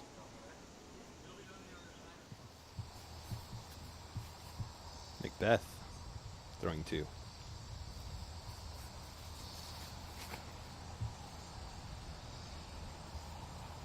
I like the width. I like the height. Does he have the distance? There you go. Right on circle 1 from Macbeth. He's been pretty solid in that department this afternoon. That's true. That's not where the game has been falling apart. Rathbun for par after his second trickled OB.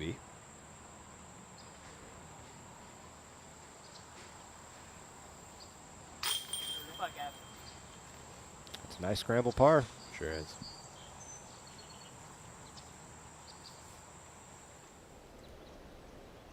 Those are the OBs you can live with. You know what I'm saying? Don't give yourself a chance to make your par. You don't really throw yourself out of the hole. Yeah, exactly. Being aggressive in the right places. Burr. A long look at birdie, technically. There's a little room you could float something in there if you're Gannon Burr. You don't want to go zooming past. OB is within 5 steps, I believe, on the backside. You can float something in there. You got a little bit of room to the left.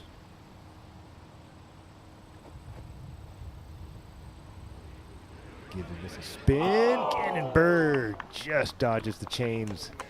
I want to see that from the catch cam. It was close. Foot or two, tops. That's what it felt like.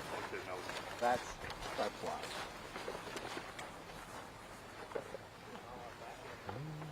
I guess we are going to get another look. Here we go.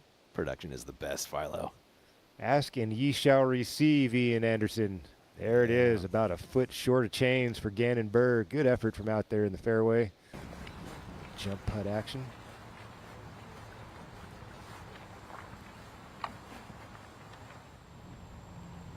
Barella for birdie.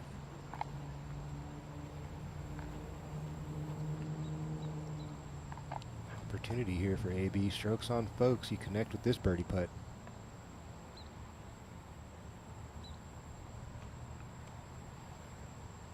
Beautiful effort from Anthony Barella for birdie. 3 in a row for AB.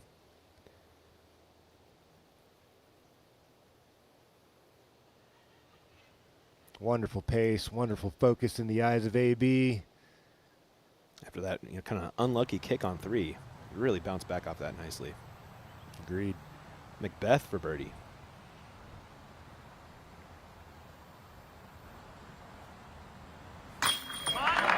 Up and in for Macbeth as well. Trying to recover from the 3 double bogeys early on here at Ledgestone.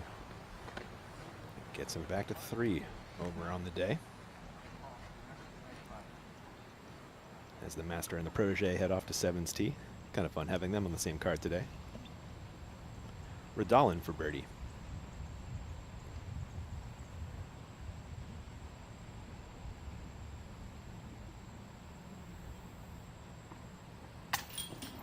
Oh, no. Little push there from Redolin off the right side. Barely tickles chains. Bird to clean up par.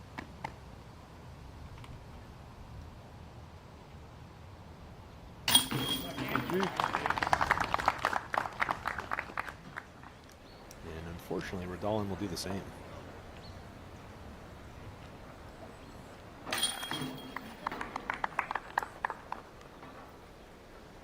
We are headed over to hole 7, which was the first of our 2 aces in 2 minutes last year. That's a flashback. My man, Andrew Marweed, the Cookie Monster. Flick to my Lou. A 1-finger flick even. There you go. Bang! Bring it up, Marweed. Casey White on the card. And he was just about pulling that out of the basket when we heard another set of cheers. Man, that was a massive roar for Calvin Heimberg with this one right here, taking the hot line.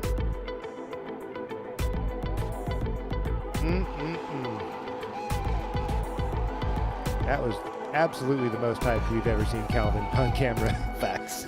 Facts. What a time to do it. Deservedly so. That was such a great ace. AB, tee of 7.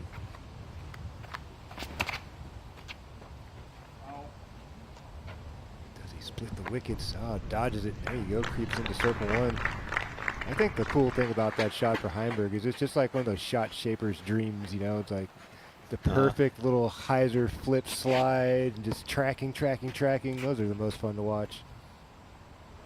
Macbeth.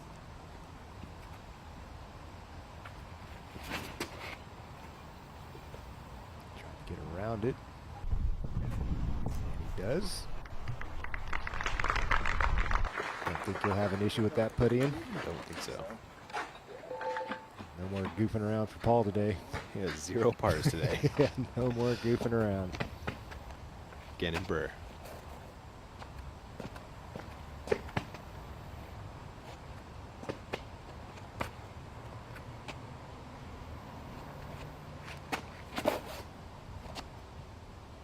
This is on the line, Ian. Does it hold?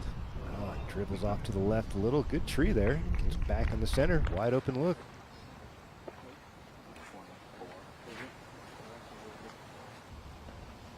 Something that just crossed my mind is the dynamic that's happening on this card in particular with Paul Macbeth and then these three superstars of the game, and him, you know, I'm sure they're all looking at each other going like, I used to be here and I'm going to be there, and you know, it's like that whole,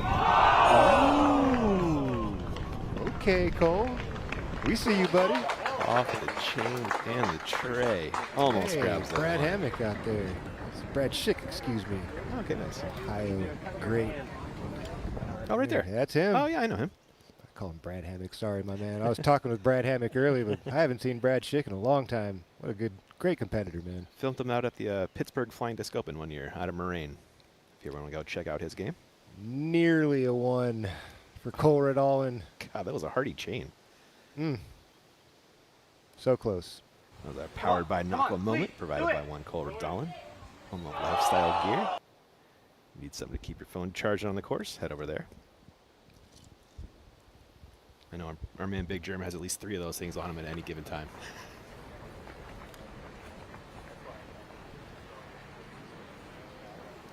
Let's jump ahead to the bridge hole. Rathbun.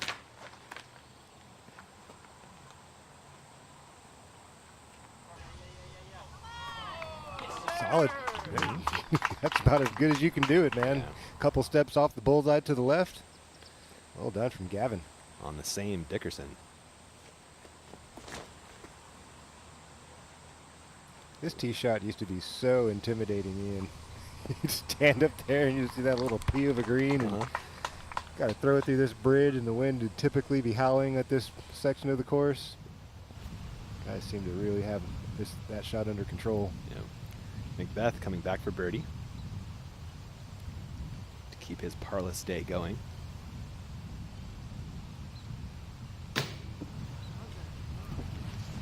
Just when you thought, huh?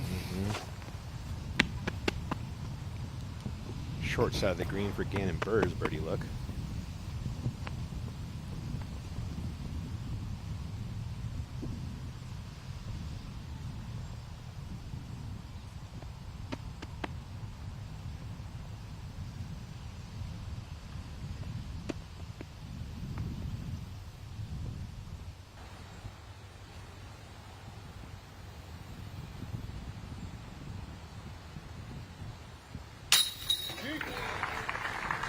Smashes that one into the chains, does Gannon Burr. Gets him to 4 under par through 7. That's a solid clip right there. Good pace. Yeah, we kind of say the front plays harder, right? There are a few holes that offer a bit more difficulties on the front 9, I would say, for sure. But they're still birdieable if you put the right play on the fairway and give yourself a chance from there. Dolan almost grabbed a 1. This is for 2. No. Back-to-back spit outs for Cole. Ew. Yeah, that's rude. What happened on that one? Did you see? It looked like it just came right back at him. Ugh. That last one was a slide out, kind of pushed the putt there. That one was looking like it should have dropped. One was operator error, one was a disc error. Yeah, possibly. Or basket error, excuse me. Hand bone there for AB in the meantime. Yeah. That unlucky kick back on 3 kind of his only struggle on the round so far. They're going to give us another look at what happened for Cole Redallin here on the putting. Oh, this is a good angle here. We should see it all.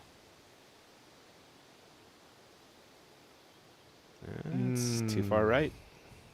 If you want to be picky about it, yeah. It's a 50-50 ball, but most times those do stick. On the bridge hole, Dickerson in circle 2 for birdie. I don't think we've seen him connect with one of his classic step-through putts. Been off the mark so far. Let's see if he can connect here at the 9th. Again, weak, Ian. That's been the story with his jumper today so far, hasn't it? That one on 5 as well was low. Barella taking the road less traveled, but you can do that when you have his arm. That takes all the danger out of this hole, man. If you can put the disc up and over those trees. He got that far, Philo? That's insane, dude. Oh my. It's insane. Dude, spun the catch can with the hyzer line. That's Oh, man. nutty. Is Burr going up and over as well? He is. Yeah, that's a smart play if you got it. A little wider.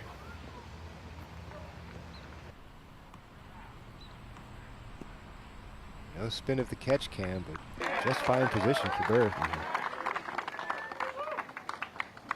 I imagine AB's got at least 125 on him. That's what it felt like, right? Rathbun for birdie.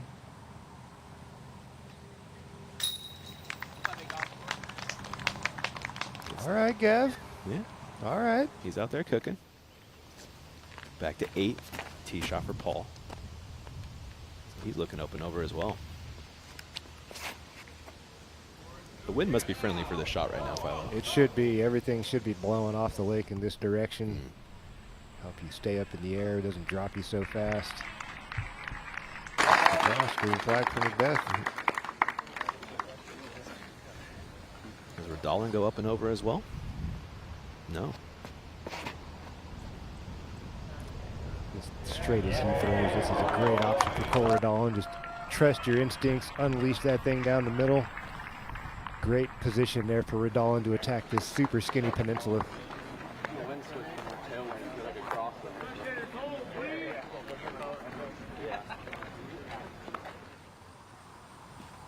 Hole 10, Rathbun.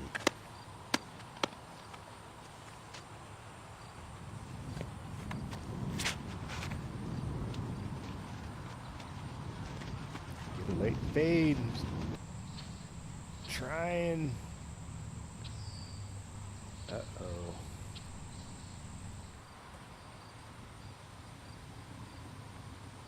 Dickerson.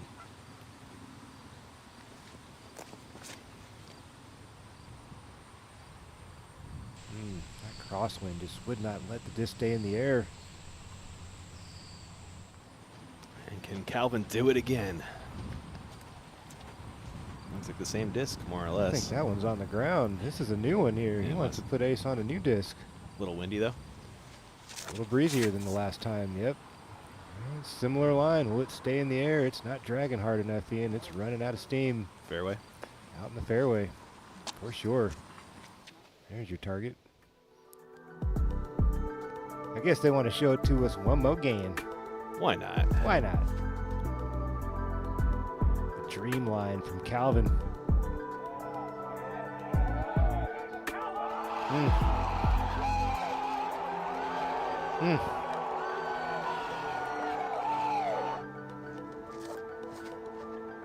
And that was helping.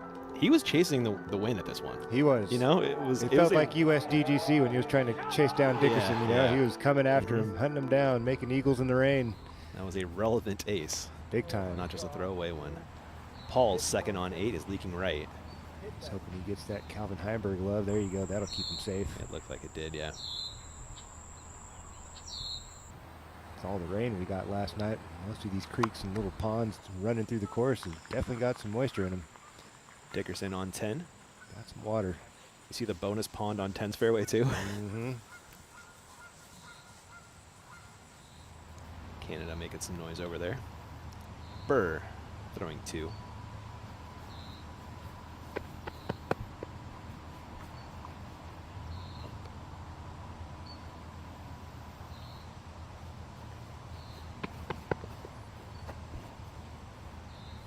He's going to have that similar crossing wind blowing from his right over his shoulder towards the left and make that turnover a little more difficult.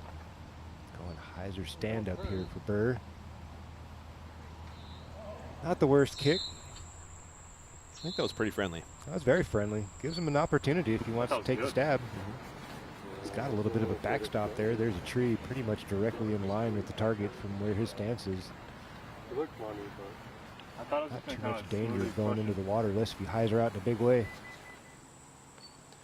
Third shot for Rathbun after the OB shot.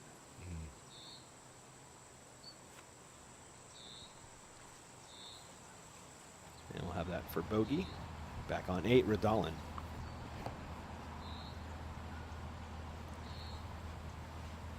That looks pretty good, Ian. Sure does. One of the best we've seen so far this afternoon. 6 to 12 the whole way. He's got that great hyzer flip game. He's just really solid at throwing the disc straight.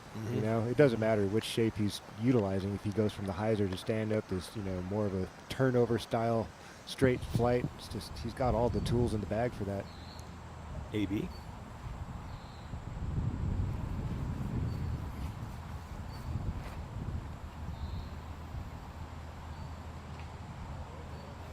Friendly little tree kick there for AB. That was starting to leak towards the water, straightens him out. Looks like that was a circle's edge look for Anthony Barella coming up here at the 8th.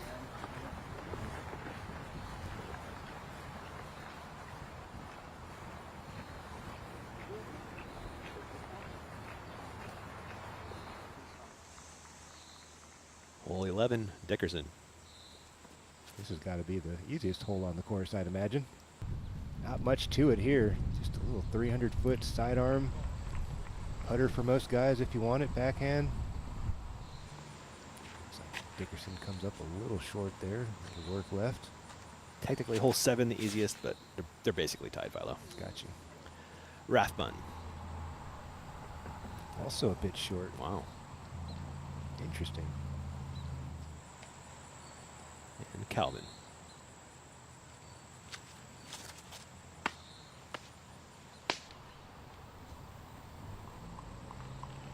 Better pace there for Heimberg inside circle 1. Long birdie bid for Burr on 8. That is just a layup for par, done well.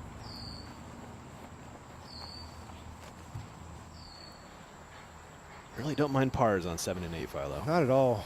6, 7. I mean, 6 and 8. You want to make birdie on the 7th. Yeah, there's a few holes out here that you can walk away with a par and not much of an issue. Most of the rest of these holes, though, you feel like you should be able to give yourself a look at making a birdie.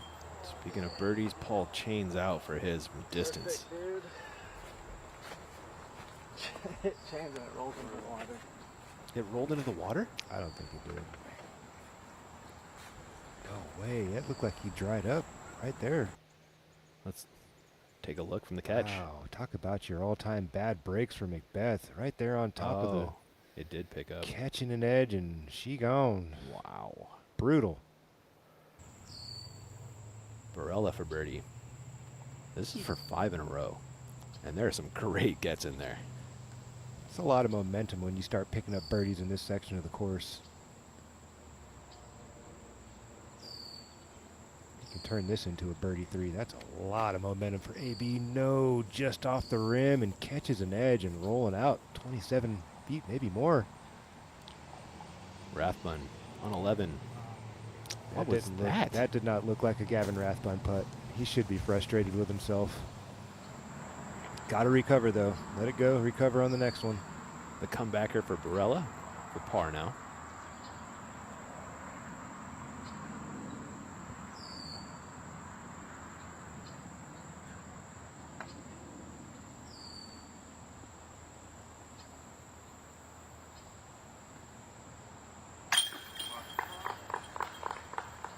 Nicely cleaned up by AB. You know, that one's burning him a little bit. Opportunity right there to make birdie on 2 of the most difficult holes on the track. Just off the mark as we watch Macbeth scrape up another bogey stroke. Again, Burr taps in for his par. And Radalin the birdie. I love the way that he played that hole. And I mean, the shots over the top are impressive at all, but man, Cole Radalin sticking to his guns down the middle, putter in. Dickerson. Slides around the bucket and out. That was a weird one. Whew, yeah, he gave it the good pace that time. Got it chain high and just couldn't get it to stick. Super weird. Heimberg.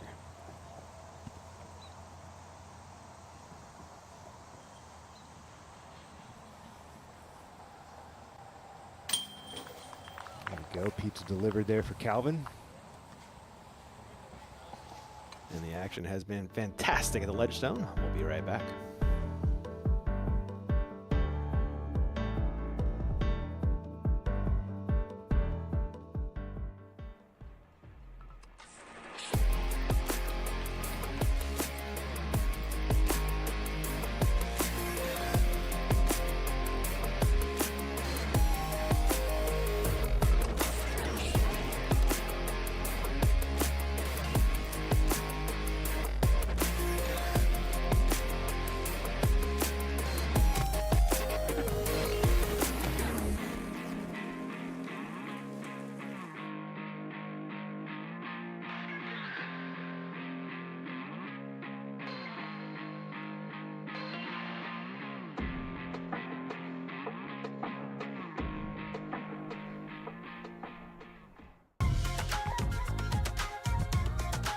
Alan's the best of the best. It's the quality, the craftsmanship, the vision for what a bag could be. I don't think anyone's disputing that it's the best made bag.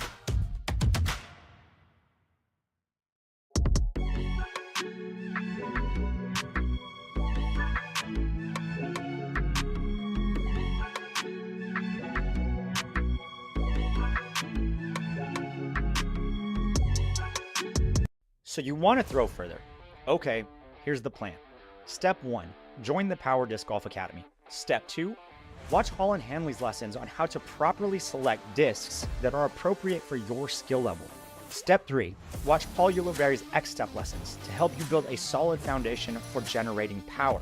Step 4, watch Simon Lazat's lessons on upper body mechanics to make sure you're giving the disc the best opportunity for distance. Step 5, watch Ezra Aderhold's max distance lessons to build your most powerful swing. Step 6, use our fieldwork drills to dial it all in. And the last step, go out and crush your personal best distance record. Ready? Go. Welcome back to Ledgestone Open. Looking down at the iconic bridge hole.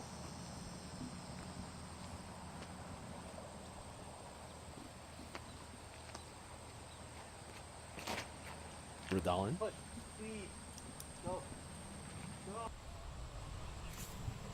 Woo! Cole! Just enough speed to get a green flag.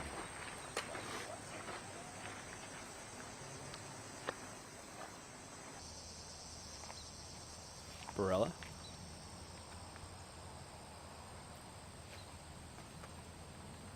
Got putter? Yeah, looks like putter looks to like me. putter, yeah. Get stable. Come on, fade.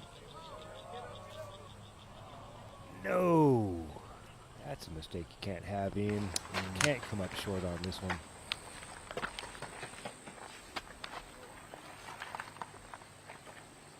Is that getting a little too fancy with the Philo throwing the putter there? I don't know, man. I wouldn't say so for Anthony Barella's, abilities. Man, he just didn't fully commit to that shot. Coming up short like that, that's all that is a lack of commitment. Burr.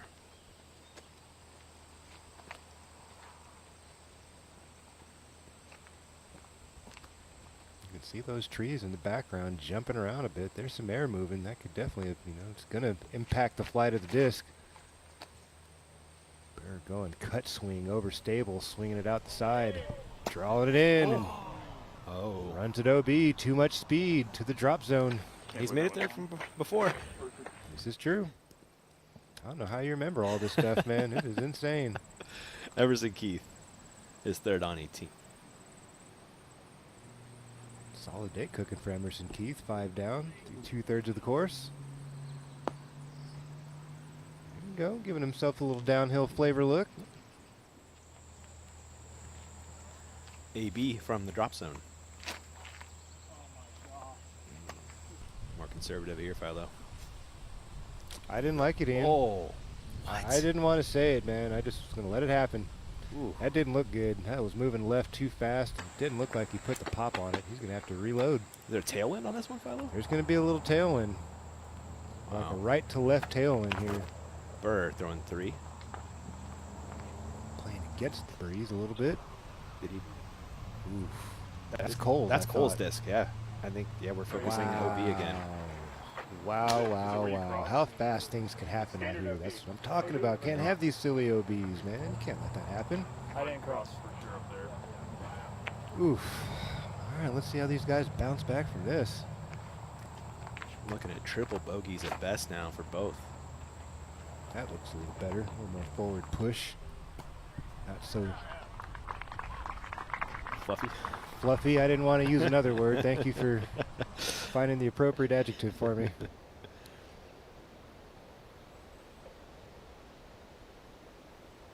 Is Burr in then? Looks like they're walking. I thought that was Cole Allen's disc they'd shown us there, but apparently that was Gannon Burr's. Interesting. Okay. Only AB here in danger of the big number. Bigger number than you'd like to see at the 9th. You'd like to see a 2. Yeah. Let's jump ahead to 12 for a moment. Oh, he crossed in There. So he was safe. Okay, so. Heimberg. At least Burr has a putt for 5, I guess. Calvin turned his back on it. Was it a bit short? It was. This is in danger of going OB, but it curls back. Green flag for Heimberg. What a break. See a lot of those go out of bounds.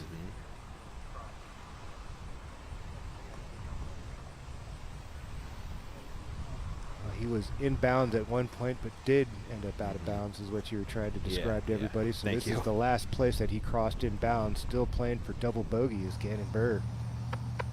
So I guess he is still in danger of getting a triple if he can't connect with this. Yeah.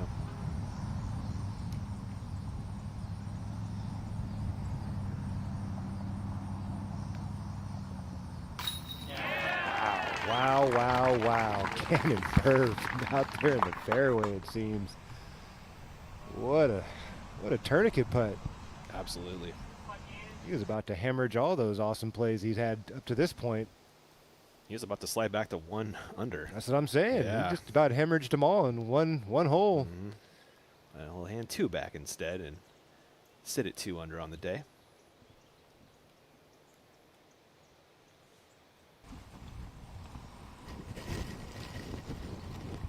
That was the same score Gossage had for his front 9, for reference, though. Oh, my goodness. Did that go OB, Philo? I think he did. I think he just slid over the line. Not much room on the backside of the screen. A step or so outside the bullseye markers, and you will find yourself out of bounds. And Radalin.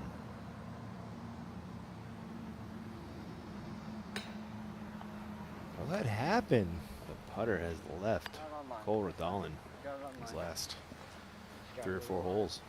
A little disconnected there. Just doesn't seem like everything's working together, like the body's going fast and the arm's moving slow. You want all those pieces working in rhythm, in harmony, same pace.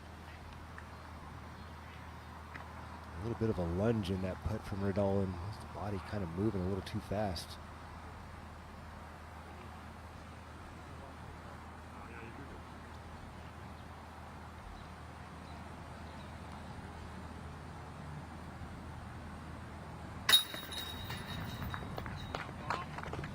Says par. Hopefully he was in, Philo. I hope so.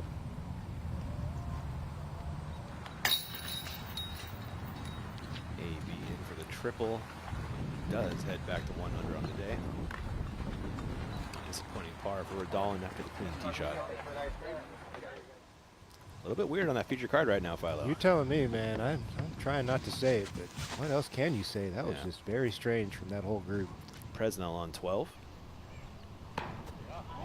Major winner with some major love right there, bouncing it off the side of the water tower into the bullseye. Emerson Keith putting for birdie on 13. You saw the approach a few moments ago. Not the ideal angle to putt from here at the 13th. You would like to be below the hole. Things can run away from you in a quickness here.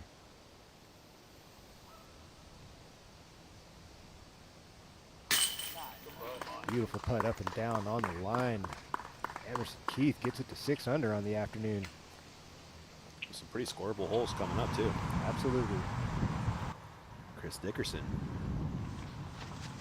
Water tower hole. I like the height and the width of that shot from Dickerson. There you go. Friendly bounce as well. Gets the Presnell special. Yeah, he's on the right side of it. That's the backside. This is the one that you're really worried about. Side and anything else is okay. Tee of 10 for Radalin. He's gonna fight back for him. This might go OB, Philo. That doesn't look good. Yeah, it's cooked. Out of bounds. He knew it. Yeah, he As soon did. as it left his hand, he knew that was wrong.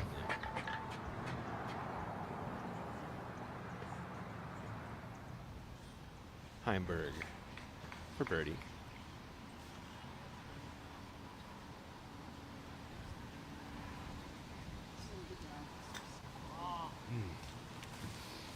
Good effort there from Calvin. Just a little bit too much want on that effort. 14 with Keith.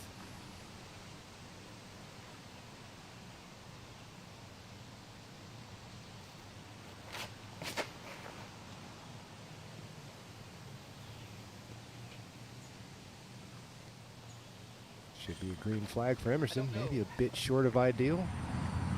safe. Macbeth on 10.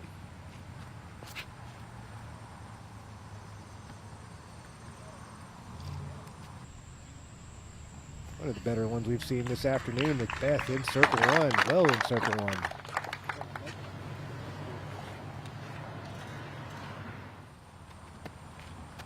Burr.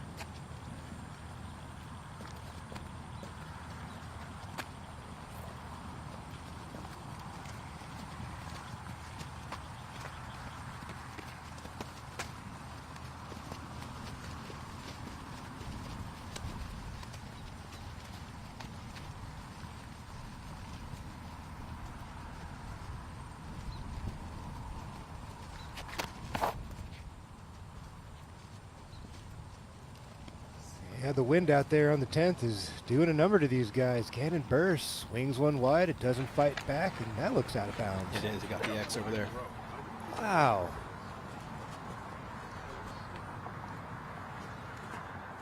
That's going to be a tough place to save par from. What, that's like a 70-footer? And in that department, yes. AB.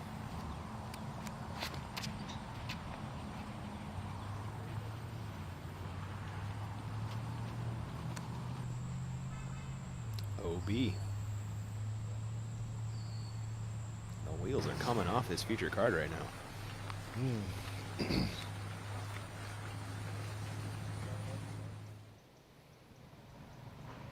Heimberg in for his par.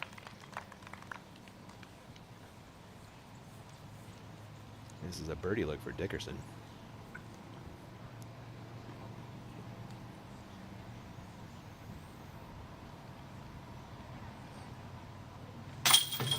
Dickerson moves to 5, and that's a clean 5 for Chris.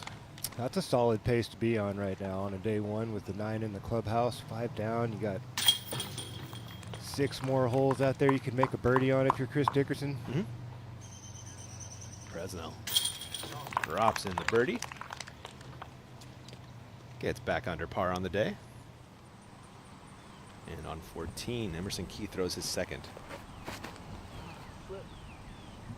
Long carry trying to get this thing to stand up and ride. It's going to be early and left for Emerson. Should be a green flag somewhere out there in that fairway department, 75, 80 feet in. Barella on 10 for par. And he'll have that left for bogey. Not particularly close.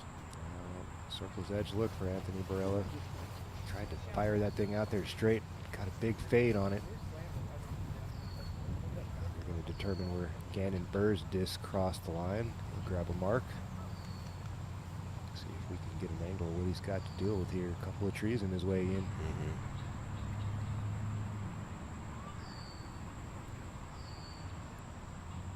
Just banged a big one on the previous hole. Let's see if he can do it again to scramble out a par after an errant tee shot.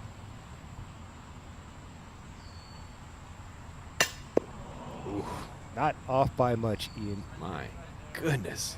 Straight up and down on the line of the basket. Just half an inch too much air. That'll be a bogey after that double bogey on the last. Burr will be 1 under through 10.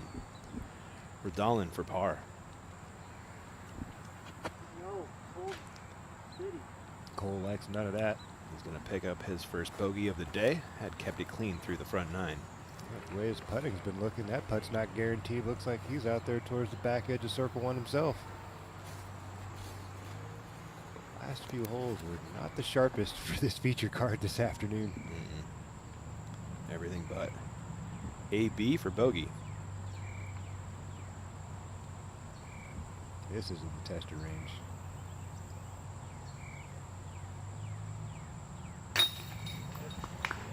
Nice looking putt there from Anthony Barella.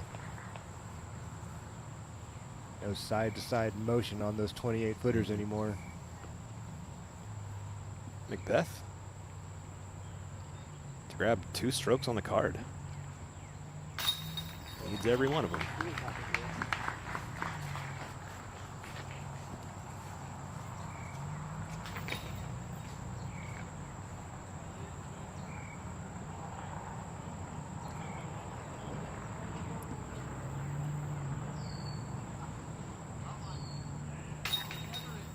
Dolan does get the bogey home.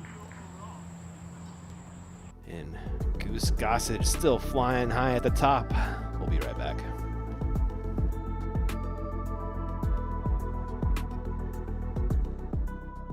The Captain Thrasher is a brand new mold that feels a lot like the Thrasher, but has a touch more overstability. I wanted something that felt just as comfortable as a Thrasher, but have the ability to fight a little bit more power and still get that full flex shot and gain me a lot of distance. I'm just so thankful for the opportunity to have a disc that I'm really proud of, and I hope that a lot of people are going to love.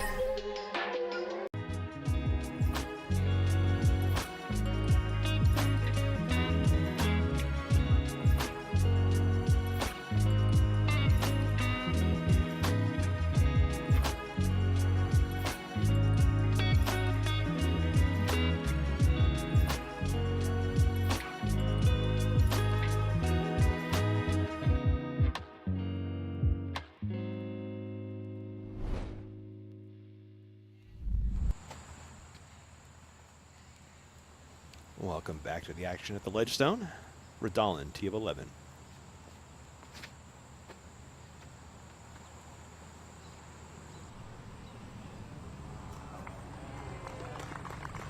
Lovely.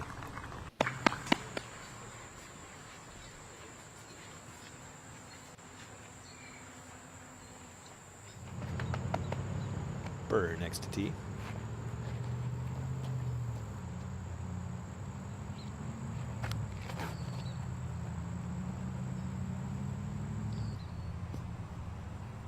Tee shot for Burr, gets into the circle for a birdie look.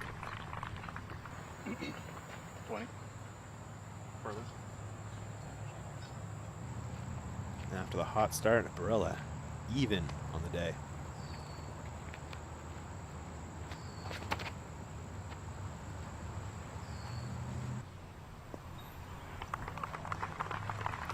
We'll have that to get back under par. Considering I didn't think it was so Aider hold.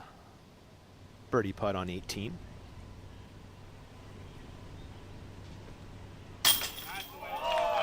Awesome stuff from Ezra.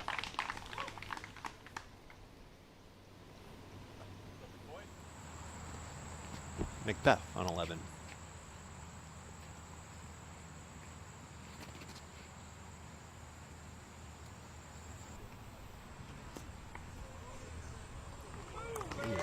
That's how you handle hole 11. Everybody putting for birdie on 11. As expected, Keith on 14.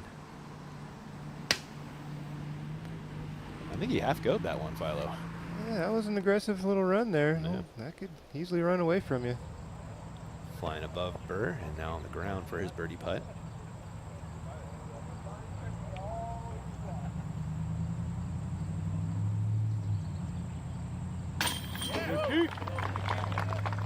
That's the expected result there for Gannon. He slides back to 2. Yeah, these guys really got to pick up the pace here on the second half of this golf course if they're going to be up near the top of this leaderboard by the time this round is over.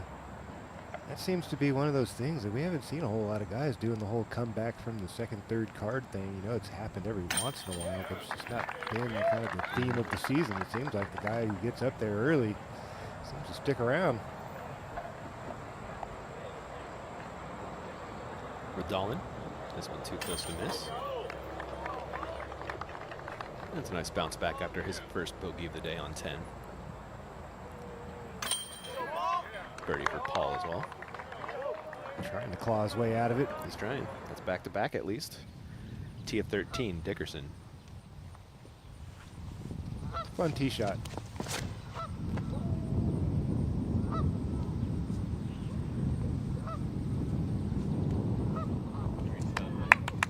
I like it. In front of those trees in the shade. It's a long walk over to 12. While they do, a break on the network. We'll be right back.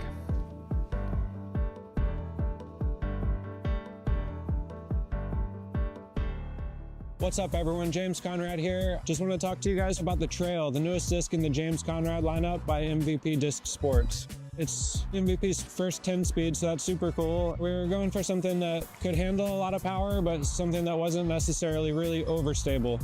I think the trail is another disc that could really suit anyone's game. People that play in the woods and play tunnels, that's where this disc will really shine. I think people are going to dig it.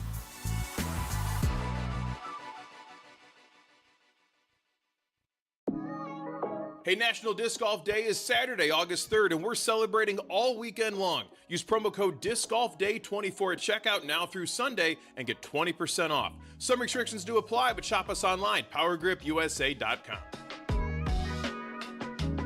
This is the game changer. Step onto the course with the Pure Premium Disc Golf Bag, adding a touch of glamorous flair to your play. Use the code DGPT at puredisc.net for the best price. Upgrade your game. Upgrade your look.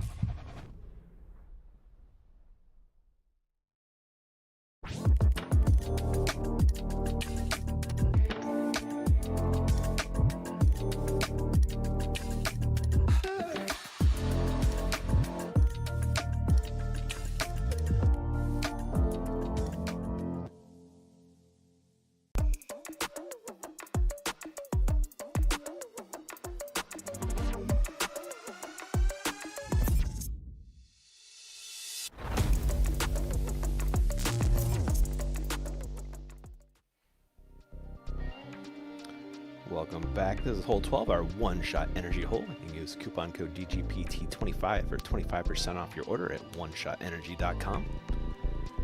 What are we doing here, Fi? Nice little hyzery, you know, nothing too special about this hole as far as the shot shape. You really don't have much of an option. It's either your lefty you're throwing the hyzer, or your righty throwing the hyzer. Gotta throw that thing up there towards the boundary. Most people throw it up into the limbs of the tree and expect that fade, drop that thing in there. Gotta mind the speed though. You don't want to come in super hot. That OB shows up very fast.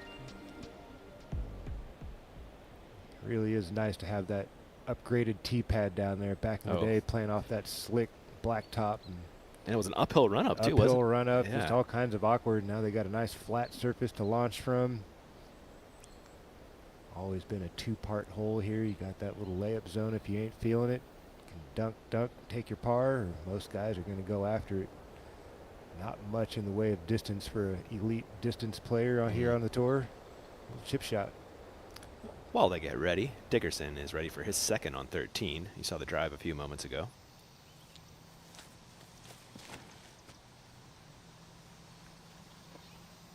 Oh, we saw the second in the PIP, excuse me. Now his third. Oh, wow. Yeah, that's another birdie for Chris Dickerson. He's going to get to 6 under par.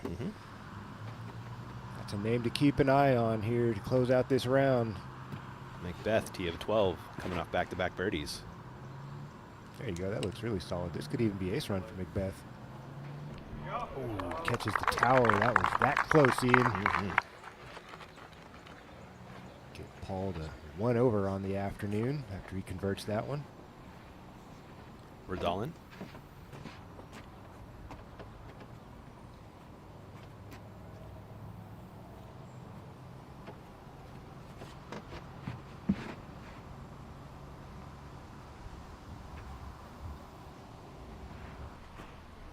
There you go.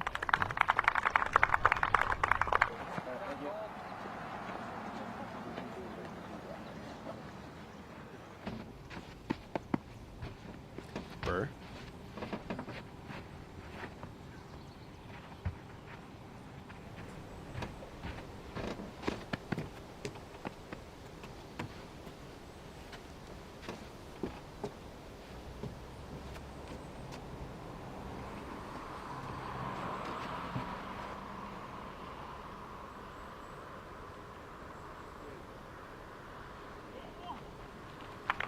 Just enough distance for it not to matter. Makes contact with the water tower, but again, you get on the back side of that thing, you could easily roll out of bounds. Get up there on the side, front edge, should have no issues.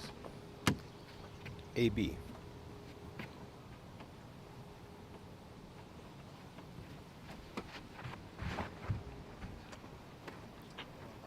Is that enough? Not quite. Got the worst reaction though. True. It fell over inbounds. He knew as soon as he let it go, it was just a little bit underthrown. Didn't quite drop the hammer on it enough. Third shot for Heimberg on 13. Slightly out of position here, Ian. He is, yeah. Calvin, low line drive, looking for a little ground play. Hit the brakes. Not Stop. that kind of ground play. I think he's still safe if he's on the rocks, Ian. Okay. I think. No. Slid OB into the water. Brutal. Ouch. Keith on 15 for birdie. You saw the drive.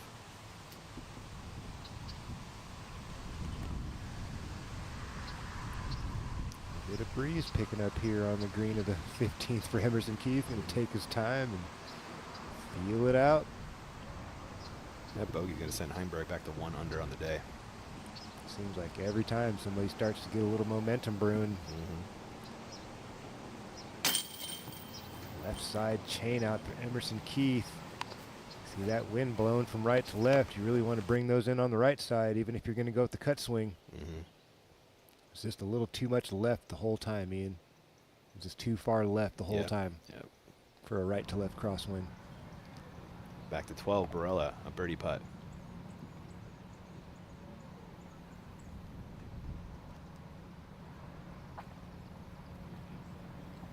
That's more like the old Anthony Barella's miss.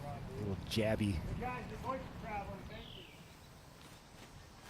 Rathbun throwing 3 on 13.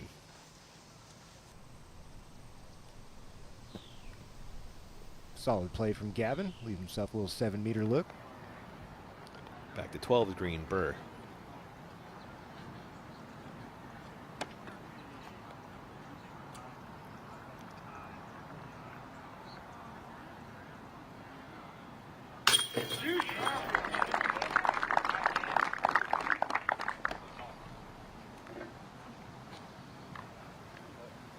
Paul to also grab birdie. So 3 in a row. Good place to do it, yeah. I mean, super behind the 8 ball after those first 6 or 7 holes from Macbeth. Trying to claw his way back to respectable. Opening round here at the Ledgestone. Rodalin to get to 4.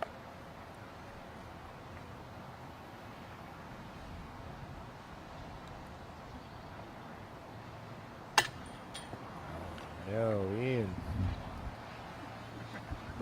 Putter is betraying Cole Rodalin right now.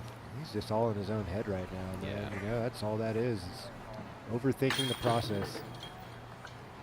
Trying to get a little too technical, you know, too techie with it and trying to do everything too right instead of just standing there and firing thing in the chains like you do in the backyard, you know. What do you do to get back in the right mindset, Philo? Take a deep breath and try to act a little faster is usually a good recipe. Okay. Rathbun does the job on 13's green. And Presnell has this for 3 straight.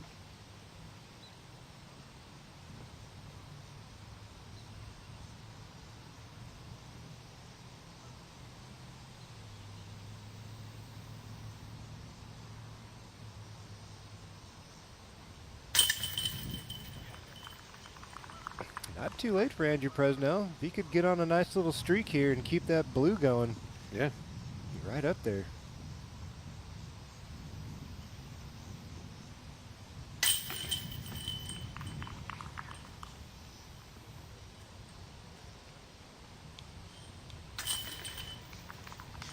Tap in birdie for Dickerson. And the treacherous 13 coming up for your feature card on the other side of this break. We'll get you there.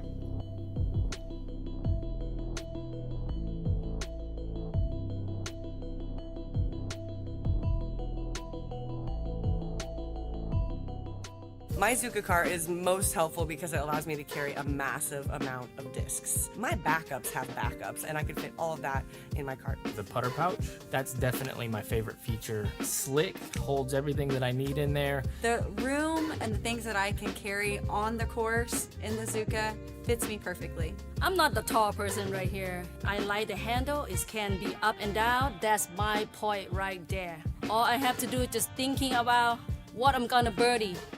Saarinen, well known in these kind of shots, and that's textbook for Silva Saarinen. Silva Saarinen!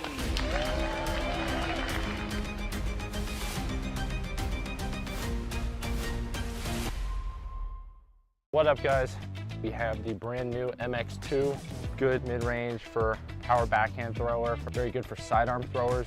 The MX2 is a very reliable, overstable disc that's finding its way into my bag, and I hope it finds its way into yours.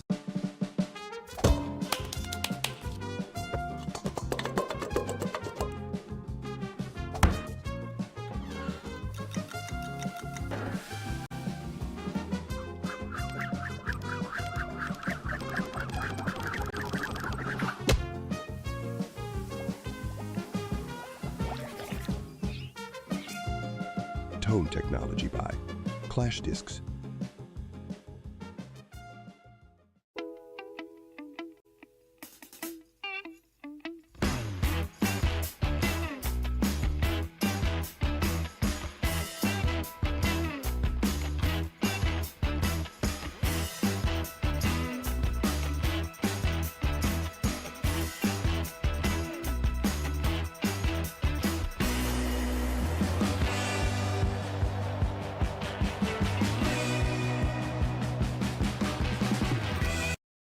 The FAR Ultiworld Disc Golf Fandom Survey is now open.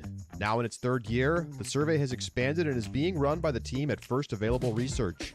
This is your chance to share your opinions as a member of our awesome disc golf community with questions about players, media, discs, and so much more. Results from the survey will be published in Ultiworld Disc Golf this off-season.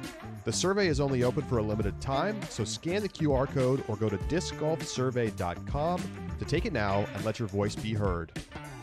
OTB is very specific on how they list the disc because they want you to like the disc. Virtually in your hand tells you what the disc is going to feel like, how heavy it's going to be. It's everything you want to know before it shows up to your house. It's not just marketing. It's only the best.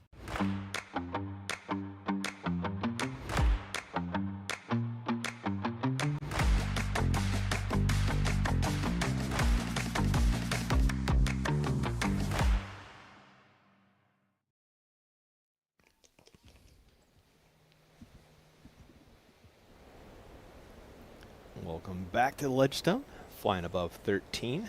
T-pad bottom middle of your frame.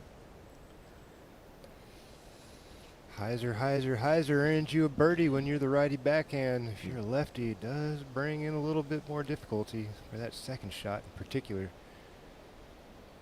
See all the landing zones there. About 330, I would say, 340 to the sweet spot off to the right of those trees off the tee. Pop another little 3-something, get yourself in position for this third shot to cross the water the last time. Give yourself a nice little circle one look. Simple recipe, but you always got to execute. The wind is always out there to make you think about things.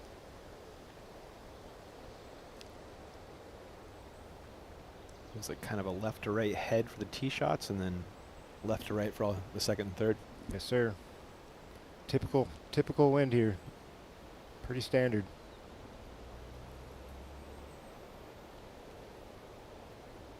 So they're waiting for 18 to tee, as you can see right there. It's a shared tee pad. So we'll get into the action on 14. Rathbun, perhaps lucky to be in bounds thanks to that tree hit. Throwing his second. Looks like it's fading a little left as well. That's a typical miss here. Hard to challenge that water on that second shot. Second shot for Keith on 16. Early tree. You don't mind being here. Short par 4.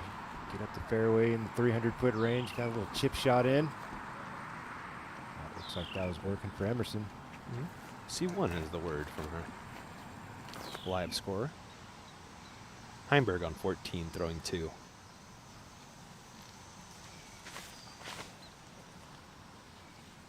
That's the line right there, Ian. You got to trust it over the water. Hang it out there a little bit. There you go. Well done from Calvin Heimberg. Gets into circle one. Presnell has birdied 3 in a row. On 2 now on 14. Yeah, major champs, they don't go away quietly. They got that dog in them. They keep fighting. Oh boy. Look at this shot from Prez. That drive was honestly fantastic. That's where he's thrown his second from? You ain't lying, buddy. Yeah, he was way down there. You can put a move on a disc. One of those silent assassins out there. Quiet dude with a big game. Mm-hmm. It's a nice place to spectate from there. A little kayaking out there on the lake. Mm-hmm. Maybe retrieve a couple ones that find the water if you could help. Macbeth. Yeah, that's the line I like to see here off the tee pad. Low driver, maybe a little bit higher. That's a beautiful place to throw the second from. You know, Philo, they have Heimberg for a par on 13. I wonder if he stayed safe after that roll. Because he didn't make the putt. I hope he did. Yeah. Rathbun can't connect from circle 2 for birdie. It's hard to get the disc in the air when you're looking at that water. Burr on 13. Oh, don't drop. Oh. Wow. Wow. Ian. The mistakes that we've seen today are just so uncharacteristic of these guys. For Dolan. Maybe taking things for granted a little too much, you know. It's not the most difficult course in the world. It's not quite given the full commitment on some of these shots. That has good energy on it. Yeah, it's got everything it needs. Perfect. Thank you.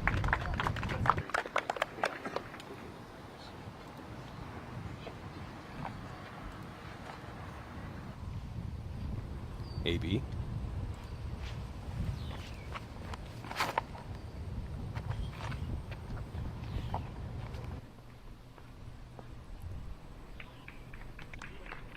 AB with a green flag, but he's behind the 2 trees you'd like to be in front of. If he's in between the 2 of them, should have a nice line to make the second shot happen. Burr will head to the drop zone after the OBT shot. And excited to check this one out tomorrow and Saturday. We've got a new longer pin, Philo. It's way out there. Yes, we do. Heimberg for birdie on 14. Nice putt.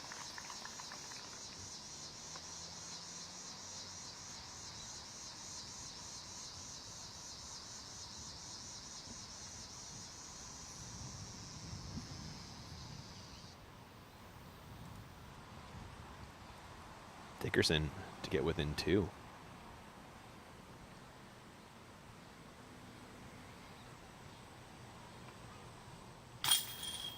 Here comes that man. Keeping it clean. That has not been the case for most out there today. That's a big part of success out here on the tour, man, is not giving strokes back to the field. Chris Dickerson doing just that this afternoon. And if you look at your top 4, 0 bogeys. Andrew Presnell grabbing a birdie, getting himself back into the mix of things. And Keith putting for birdie on 16.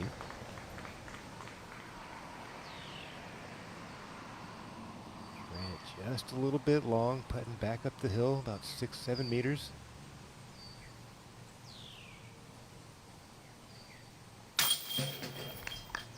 Nice putt there from Emerson, high in the chains. Brian, what have you seen out of Emerson Keith today? Pretty solid round out there.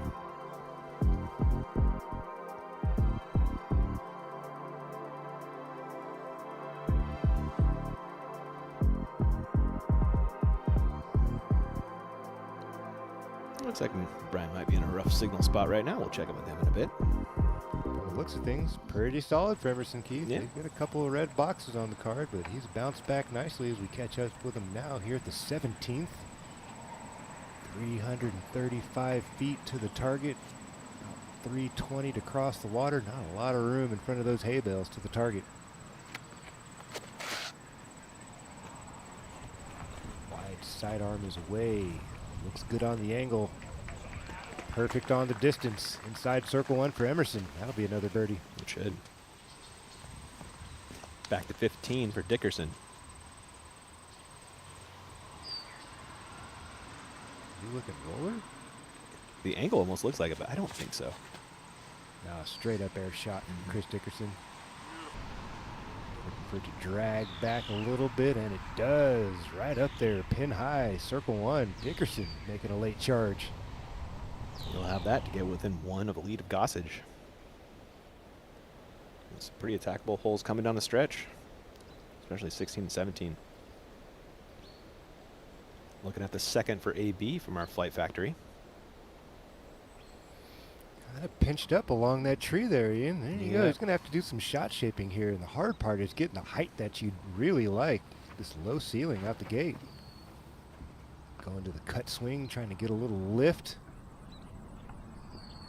Ooh, just enough for Anthony Barella to beat that bush, finding the corner there. Green light go for AB, looking for a birdie at the 13th. Burr will head to the drop zone for his third. This kind of forces you to play the other fairway, Philo? More or you could less? throw it back. You could throw it to where most guys are trying to get their second shot and then play the hyzer in from there. He's going to have to do some shot shaping. He's got some low limbs to contend with, and also the slope of the hill goes towards the water, so you can't get loose here. Low driving hyzer, looking for a flare skip early. He's going to be short of where Anthony Barella is, but back on the fairway that he needs to be on.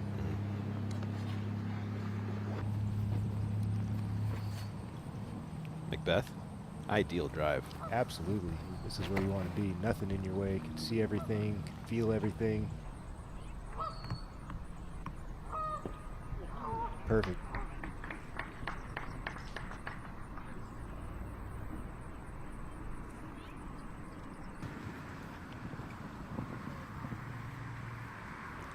Redolin.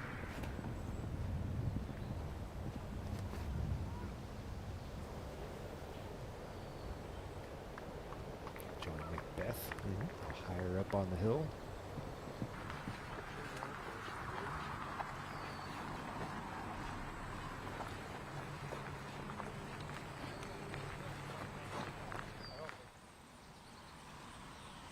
Heimberg.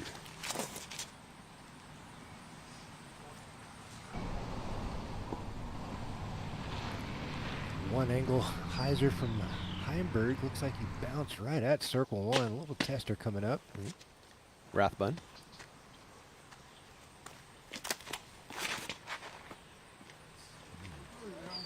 Looking great. He's asking for it to unravel, and it does right on time. Just off the bullseye marker there for Rathbun. Oh, look what it is. The disc golf guy. Barry Miller in the house. Working for Nate Heinhold in Ledgestone this week. Right on. Yeah.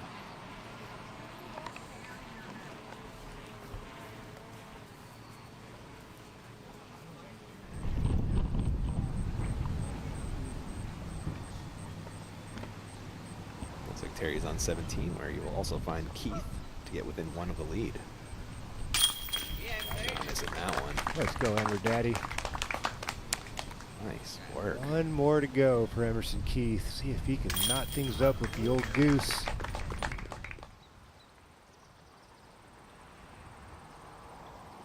Heimberg has a birdie putt on 15. There's a Calvin Heimberg putt for you. Up and down on the line. He's in the mix, Philo, at He's 5. absolutely in the mix. Currently 5th place in DGPT standings, 5th place in the tournament.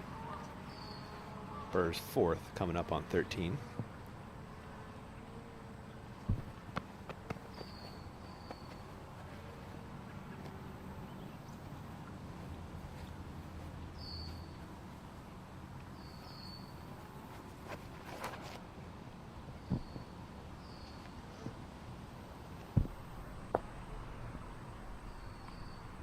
Oh, look at that lovely little bounce and knurl into the bullseye there for Gannon Burr. Another well-executed shot with a little flavor of love at the end with the roll. It was a great par save after the drive. For sure.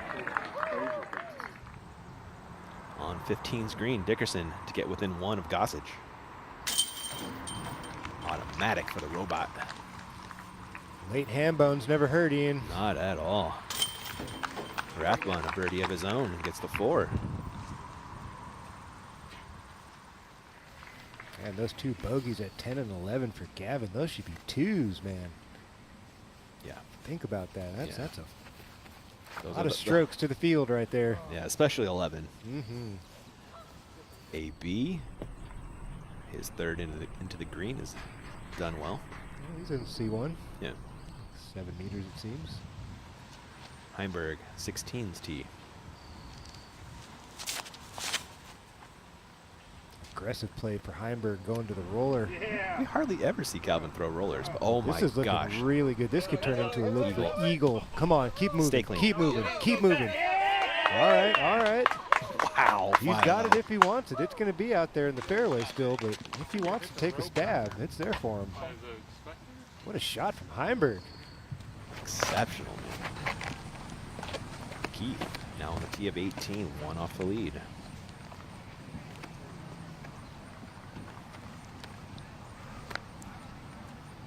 It's got to feel really good for Emerson Keith coming off of a disc change, manufacturer change, got a whole new bag brewing, figuring things out right up here in the mix. Going to the air shot, trying to keep this thing center fairway. That looks really good. Green flag for Emerson. See if he can convert from the fairway. Back to 16, Rathbun should be a roller. Drops this more central in the fairway than we saw from Calvin. He should have no issues with the OB line. There you go. Just in front of Calvin. Also an opportunity to throw one in for an eagle at the 16th. Loving those. Great shots. Great camera work, fellas. Back to 13, Radalin in his 3rd. All right, drops it in a little left. Gets the same reaction as Gannon Burr. Dribbles up right on the bullseye. Make it easy work of the par 5. And Dickerson looks like roller as well. No, he tricked me, air shot. That needs to unravel, Ian. That's not the mistake you're looking for here at the 16th. All isn't lost for Dickerson, but definitely going to make things interesting. Things have not changed. Aaron Gossage still on top of your leaderboard first round, but Chris Dickerson is closing the gap, as well as Emerson Keith out there on the 18th. Double G in the house at 8. Solid round for him. Same with Mason Ford there. Yes, sir. This is Dickerson on 16 with his 2nd. Trying to find a swing in this rough.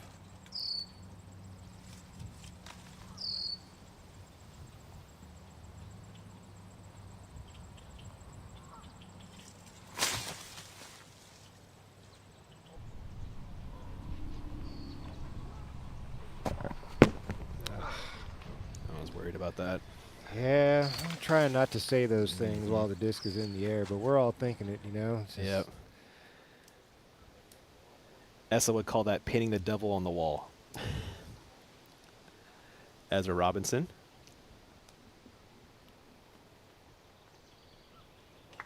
Oh, nicely done.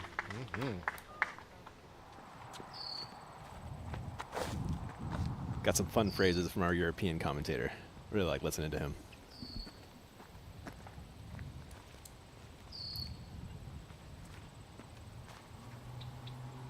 Presnell thrown 2. Telephone pole isn't mandatory, so you won't be seeing him swinging it out over the road. Going to the backhand. All right, out there in circle 2. That's a look. Downhill touch.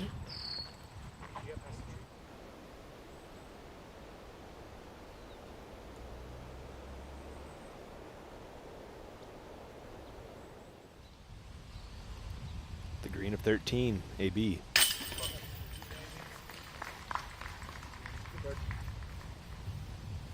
AB fighting his way back to 2 under on the day.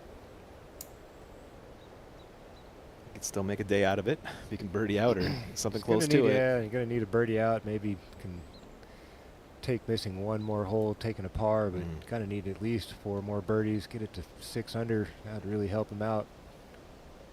Want to stay close out here at the Ledgestone. You don't want to let these guys start spreading their wings and creating distance between, you know, yourself and where they are. It's hard to gain strokes when people are playing hot. Eagle bid for Heimberg on 16. He just wants the easy birdie, and he'll have that. That will get Heimberg to 6, just 3 off the lead, 2 to go on his round. Rathbun also wants the easy birdie.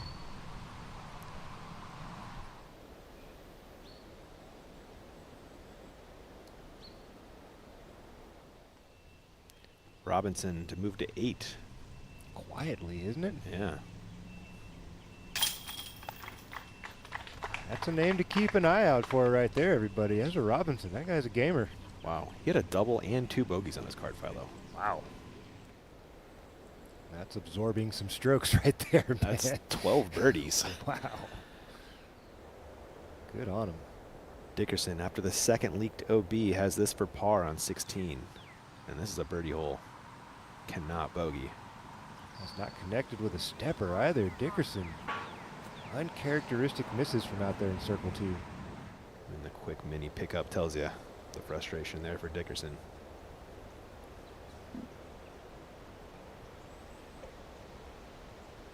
Should be swinging over to Presnell next. There he is, lining up a circle 2 putt for birdie.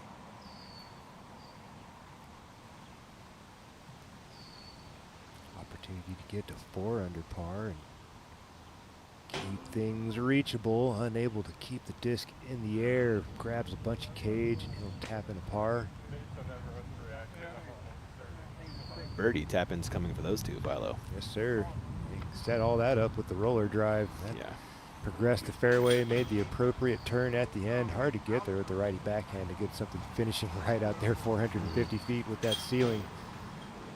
Dropping a roller is definitely the most advantageous way to give yourself an opportunity to see eagle. Neither those guys wanted anything to do with it. Yeah. They'll take their birdies and move along.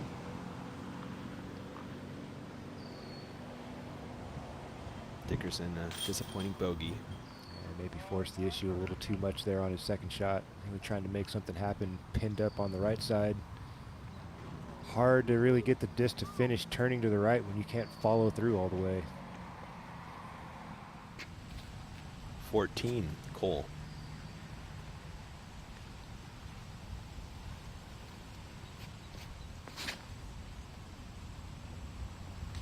Get a little drift high in the ceiling, catches one. Well out of position for Radalin. Let's see where he chooses to lay up to. 18 and Keith, his second. And up and down for a share of the lead. Looks like he's looking over the water. Oh, you're right. I've seen someone get punished with this. Was that Klein earlier? It Tried to Klein. go the sidearm. This is a bit higher. Hopefully it gets deeper into the grass and doesn't roll back. There it is. Circle 2 look for Emerson Keith. Gonna have some texture to it. Downhill sloping towards the water. Gonna have a little bit of a tailwind helping him out there. Well, or hurting, however you want to look at it.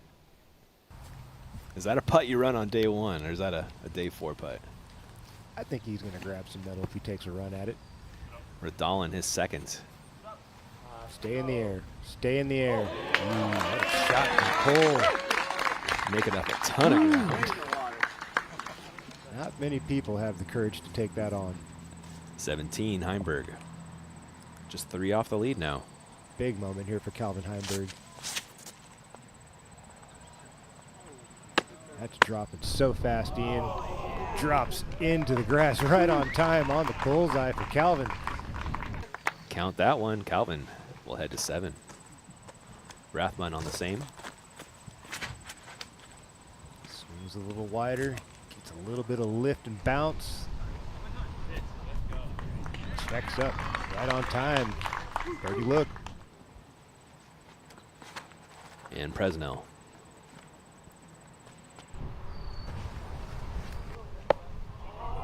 Wow, what a break. Look, I've never seen anyone hit the curb. You rarely see it. Wow. Usually when they do, it doesn't stop it. Massive break for the Prez. Saving at least a stroke, maybe 2. That drop zone is not easy. No, not at all. Dickerson. Let's check out the bounce back. All right, I like the action out the hand. Yeah, perfect there from Chris Dickerson. Nice. We'll move back to 8. Keith for a share of the lead. Oh, he's feeling this here. He definitely is. 35-footer. Definitely ain't 52. Little step through Emerson. Let's go, Emmer Daddy. Hat trick to get it into the house. Tied 9 under par with Aaron Gossage. What a finish from Keith. Grabbing turkey on the way in to the clubhouse. Nice little fist pump there. He knows what that means. In the mix early at the Ledgestone. Thanks, Suzuka, for rolling back that replay for us. Vince Keith will be on your league card tomorrow. Also making that Jomez coverage, getting those media bonuses never hurt, Philo. No, it doesn't, man. That's important to these guys. Maybe kind of one of those things kind of floating around on the outskirts, but it still matters. Give yourself some opportunities to get on camera and get your name out there.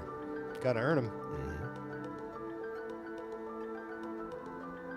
Looking down the board a little ways. See Alden our Harris friend from the Czech Republic, Jakub Summerod, in the field, shooting well today. Yeah. Alden Harris has been having a rough year, so nice to see him playing well today. Yes, sir. Here, there's that name, Evan Smith again. How about that? Austin Turner having a day, too. That AM guy, Zach Nash, popping off again. We've said his name a lot this year. Yes, we have. Some respectable scores out there in this range. 5-4 under par. That's very respectable out here at the Ledgestone. Easy to let strokes slip through and finish 2-1 under par even.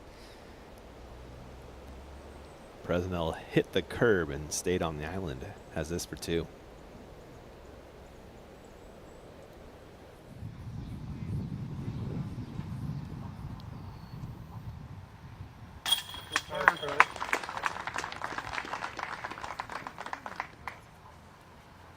Taking advantage of the good break. Absolutely. Got to do it. Doesn't always go your way. Rathbun for birdie. Yeah, for the roller coaster it's been for Gavin. Not bad position after all. So gets it to 6 under par, still well within striking distance. I know he's only got 1 hole left on the afternoon, but if he can turn that into a birdie, now it's just 2 strokes off the pace. They got an extra day to make up some strokes too with this 4-round tournament. Yes, you do. Or to give him back. You know, there's 2 ways to look at it, you know. I mean, that's true. Lots of moving and swinging going to be happening this weekend. I guarantee you that. Dickerson back at 8 under. Heimberg. That gets him to 7. And back on 14, Burr.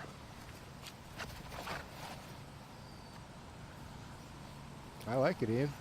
You got to challenge the water on this second shot if you want to be close. There you go. Inside circle 1 for Gannon Burr. That's a beautiful look. Right there, 6-7 meters away. Your second feature card is headed to 18. Let's take a look, Philo.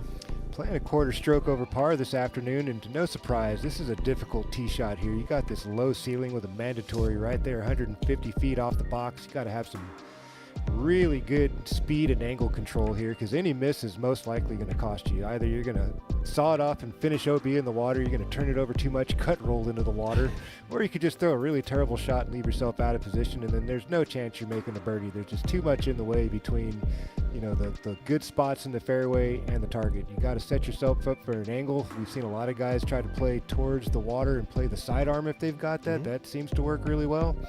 Most people don't really have that distance for the sidearm in the bag, so you're going to look to play something along the fairway up here on the high right side, and it's tough, man. You got to put a lot of motion on this disc. A lot of trees in the way. You just got to pick a gap and kind of pray sometimes, you know. It's not really a defined fairway. There's just a bunch of scattered trees out there, and you got to find an alley.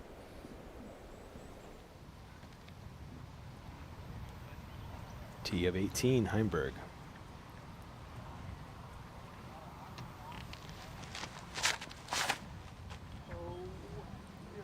Open for a lift. Got one in. He's going to get more out of that than I think he expected. Yeah, that was the Heimberg special right there. Just a low punch. Rathbun. Does he go roller? I like that play if you got it. There you go. Drop and roller. Get this thing working center. You know it's only going to finish to the right. Racing up the hill. That's a great tree. Yeah. He knows it.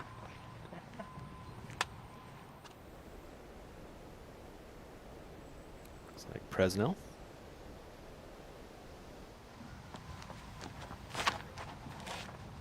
Also a drop and roller. Similar landing zone to what we saw from Gavin. This is going to run out a little more. A little flippier of a disc, isn't it? There you go.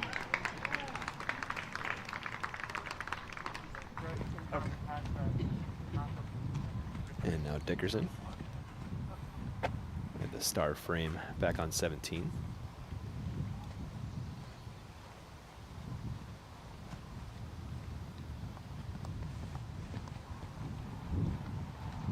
Chris going flex backhand, it looks like.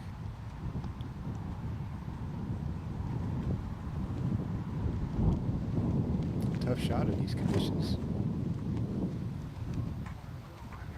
Oh, you hit it beautifully, though. Certainly did, Ian. Wow. Yeah. That's great. Yeah. No other word for it. This is awesome stuff from Chris Dickerson this afternoon.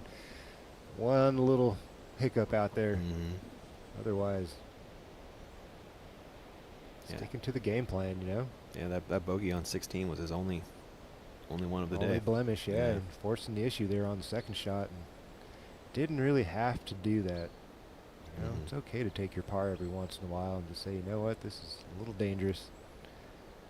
But he recovered nicely. Now in position here at the 18th to tie things up, three-way tie.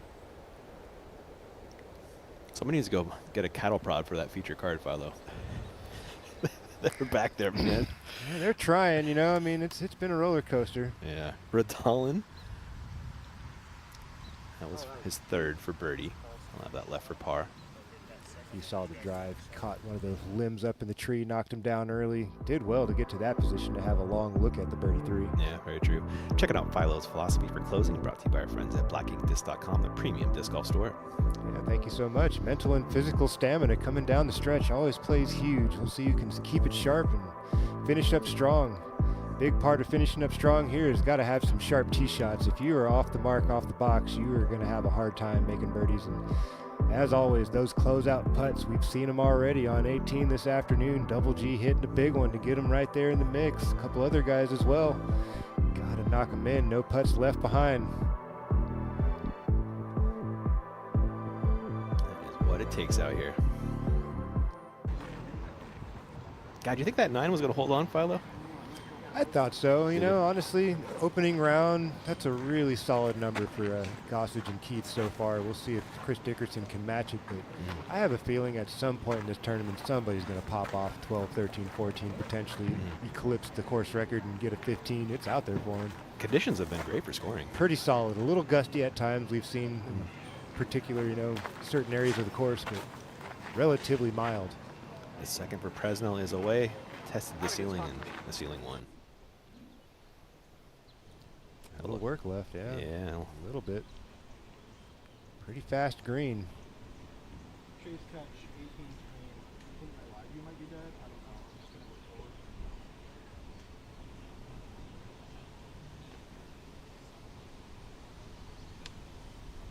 Yeah, we're good, Hopi.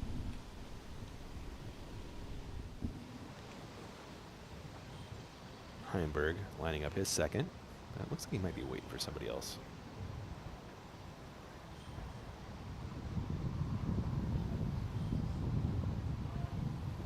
Is there someone on the green, Philo? No? I don't think so. I think they're just playing the who's out game? Playing the who's out. Who's on first? Yeah. Gavin lining up? Yeah, it is Gavin. Yep, there he is.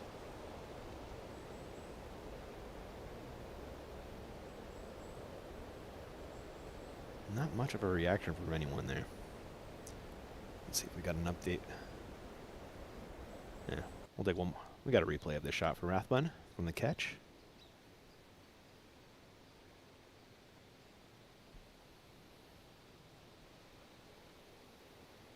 Yeah, that works. Is it going to sit down, though? We've seen a lot of these catch an edge, and oh, look at you, Gavin. My man. Clean living at the 18th. That was a nice knurl there at the end. It certainly was. You got it, my man. Heimberg throwing 2 now. Wow, looking to the sidearm. I would have thought he'd be looking at the backhand play, but I imagine this offers a little more airspace. Ooh, that's not what he was looking for. Out in circle 2 is Calvin. That's about where Keith was, no? Yeah, I think Keith was a little more to Down? the right. Yeah, Okay. down the hill, a little more parallel, pin high, if you will. Calvin's up above it, can be putting straight down towards the water. Dickerson had a fantastic tee shot. Let's see if he can take advantage. He's got a couple options. He could go sidearm. There's a window down there to the left. There's that tree that just snuck into the frame there. If you can swing one around that, get a little skip. Play the backhand. Miss that big tree up there in the middle of your screen and drop down quick. Man, this is a heck of a par 4 follow. It really makes you think for that second. It does. I mean, the tee shot's super daunting as well. You know that you could sneak OB easily, but then these low canopies here really make this second shot super difficult. Doesn't have enough speed. It does. Slides into the bullseye. Park job for Chris Dickerson, and it's going to be a 3-way tie. Let's go. Let's go.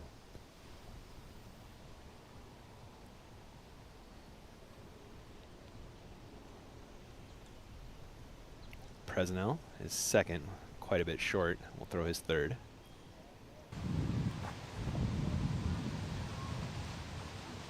Guessing he's got about a $180, $190 in from where he's at. Couple options here, lining up the righty backhand. Feel like the wind would be blowing right across his back, just straight towards the water. Should help the disc drop if he puts it up into the ceiling a little bit.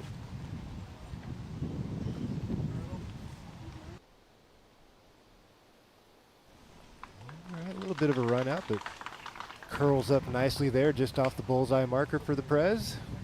Turn that into a closing hole par.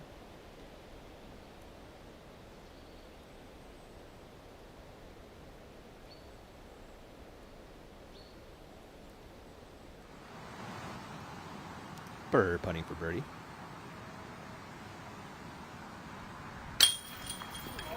Oof.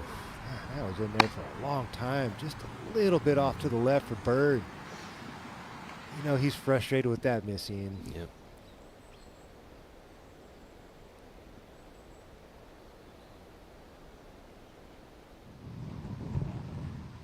Heimberg in circle 2 for birdie. Dangerous putt here, Ian. To get within 1 of the lead. Good news is he putts with a little bit of a natural cut to his putt swing, so it should come in with some good pace and nose down. Catches the band again. Second time this afternoon we've seen Calvin just a little hot. Hopefully that checked up. Scrape up a par. Get a better look at it from this angle. Yep, looks like it. Was that ripples in the water? It was, yeah. Oh, man. Ouch. So the aggression there paid off for Keith, but not Heimberg. Coming back up the hill for bogey.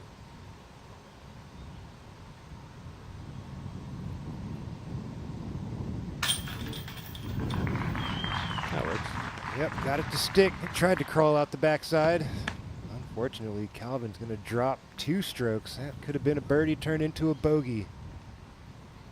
Presnell for par.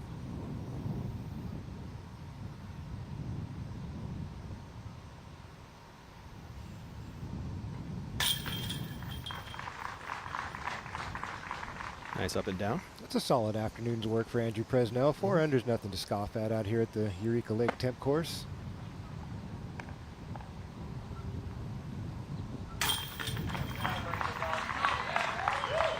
That's a very good round of disc golf for Gavin Rathbun, even though he's had himself a couple bogeys out there. Even better for Chris Dickerson.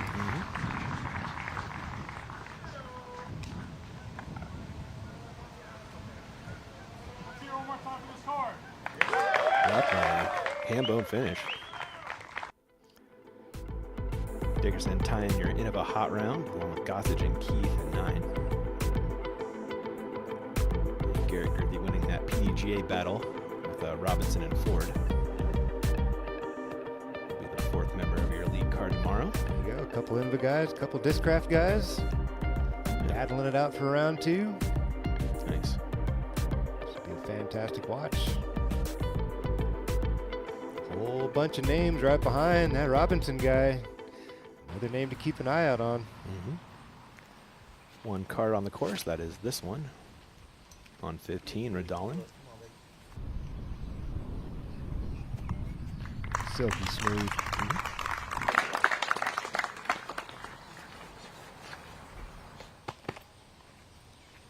Burr.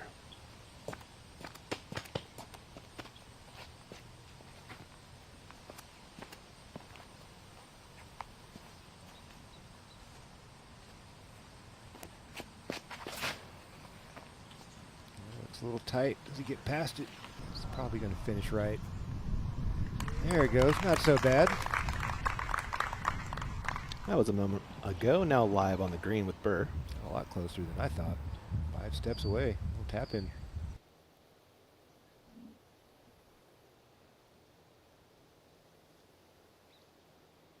It's frozen. There we go.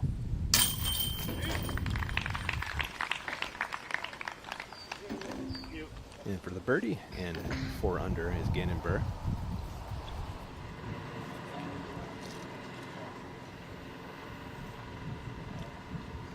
Fun little feature at the Ledgestone. I always like these, Philo. Me too.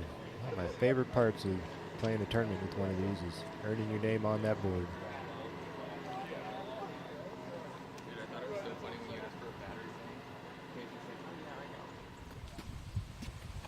Macbeth, tee of 16. Paul did birdie 15 and has birdied 5 of the last 6.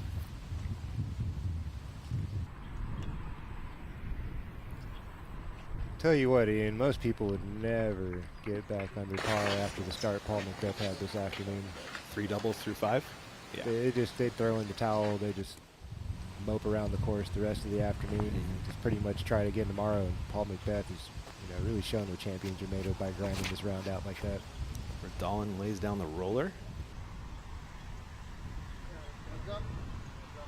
Nice back. It's got the right action. Does it miss everything?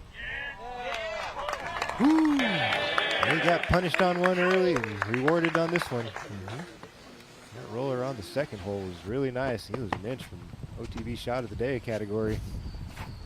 Burr.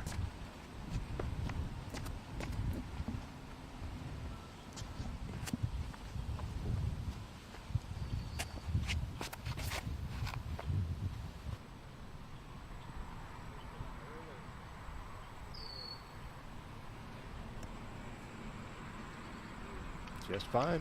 There by the drop zone. Mandatory. That's 180 feet in. Nice. AB.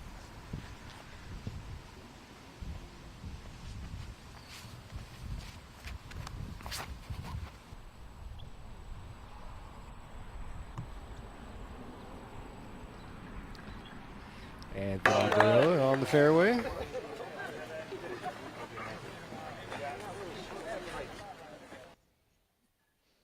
And welcome to the booth in Peoria, Ian and Philo. What's happening? Yeah, how's day one going for you, Philo? Anything standing out?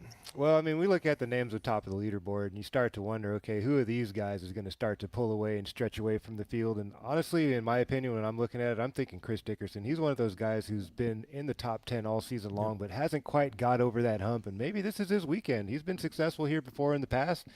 The way that he played the last half of this round was really, really impressive, and I think he's going to have that momentum. His head's been in a good place all year. I'm looking to see what he does tomorrow. Yeah, he was also kind of on a camera card, too. Already in the mix of already in the mix. Tournament. Yeah, I like his chances for this event so far. With you, man. 16, AB is second.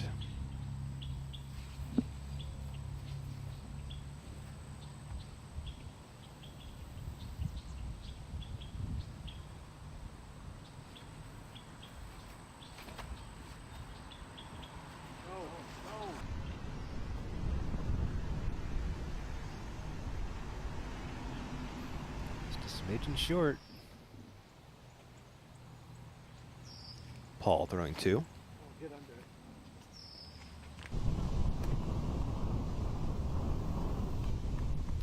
That curl up inside circle 1 for Macbeth. Try to get it to 2 under par on the afternoon. Burr.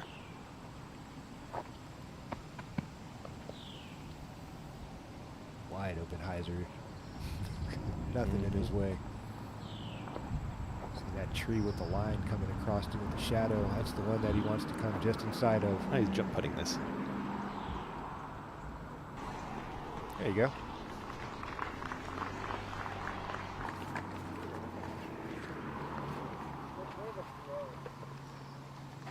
$190-foot jump putt. That's the range he doesn't like to throw, you know? He said that before. Yeah, I have a hard time with that myself. A lot of guys do. Rodolin grabbing a meter in. He was safe, though. Throwing his second.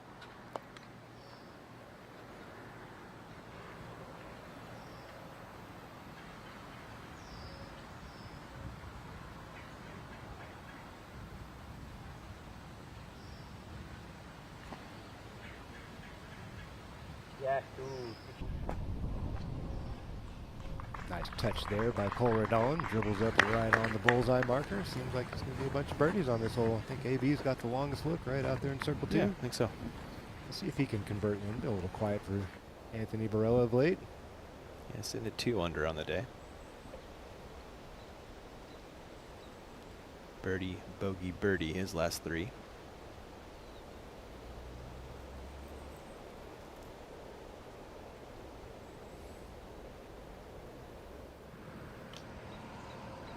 Barella to kick off a hopeful star frame.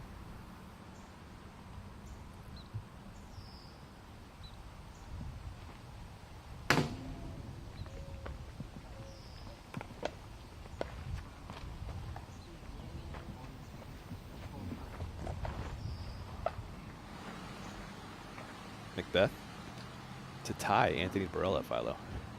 Pretty wild. Wouldn't have thought that the way this day started, that would even be a possibility. Anthony Barella was on a heater when he got to hole 4, hole 5, 6, 7. He was playing really good. You can live with the par on the 8th, but man, to shoot yourself in the foot like that on hole 9, taking the triple bogey, it's just one of those things that's just going to be tough to swallow later, tough pill to swallow. Rodolin gets in the birdie putt, unlike Paul Macbeth, as does Gannon Burr. A couple drop-in pars coming. Well,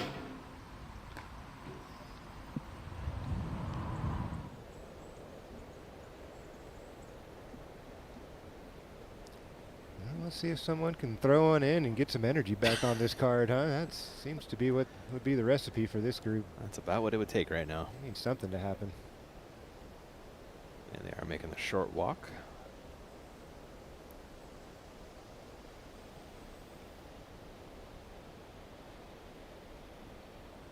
You can watch this hole on YouTube all weekend long if you'd like. Got a dedicated hole broadcast for this one.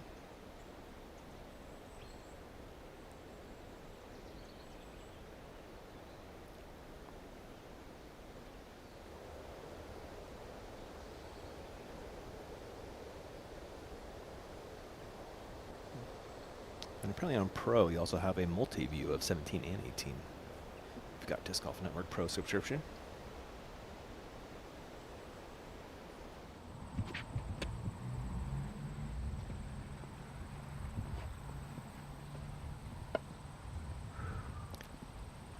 Rodolin.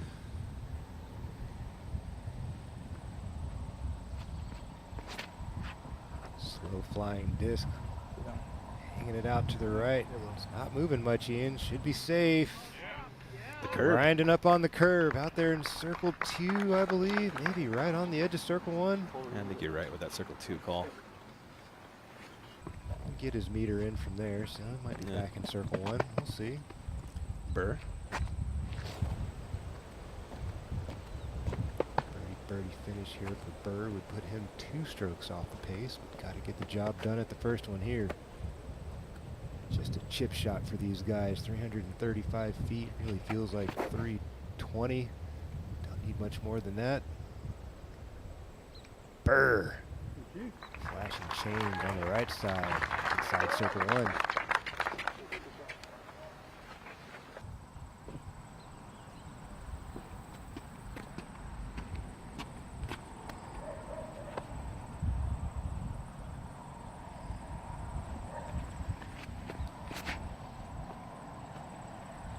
Go in. Go in. Go in. Pablo giving it a run.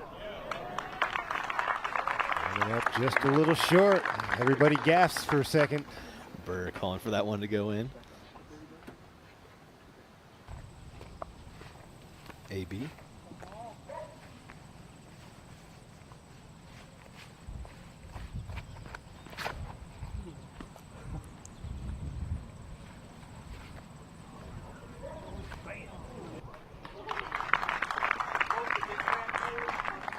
And we've got a three-way tie at the top of the Ledgestone. I'll be right back.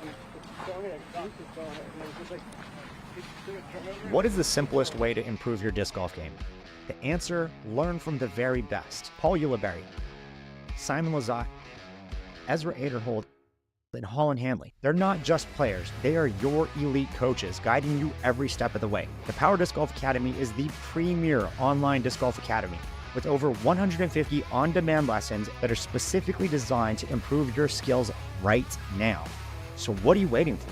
Join today at powerdga.com. Jonathan! Jonathan! Jonathan! Wow! Amazing! Jonathan! Skulle visa. Hi. Yeah, check this pad out.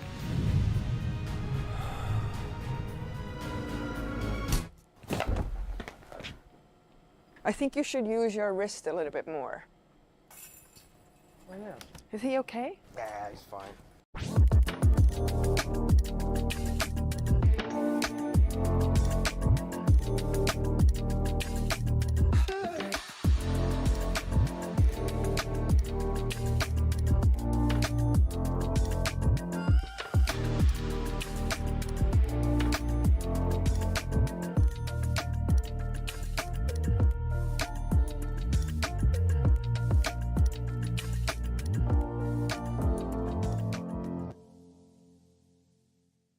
Hello, we're Kenna. We're a Dutch growing company. We love plants and we want to tell you some cool things about them. Just like humans, plants can communicate. They can sense when another plant is close. Plants look out for each other too. They warn neighbors about nearby threats by secreting substances. And studies have shown that plants love a good tune. We love and understand plants. Let our passion excite you too. That was a nice putt by Cole Rodolin. That moves him to 7. Just 2 off the lead. For all those putts he's missed this afternoon, that's mighty impressive. Burr for birdie. That one to stick. I looked like that was trying to jump out of there too. I thought so too, but hangs in the chains instead. Burr in the mix at 6 down. Just 3 off the lead. Barella moves to 3. And Macbeth will move to 2.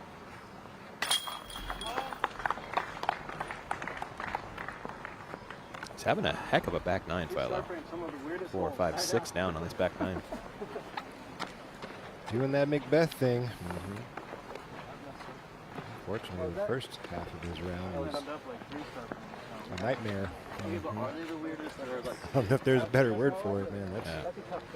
I don't think I've ever seen Paul take 3 double bogeys in 4 holes. I don't think so either. Yeah, it's probably never happened.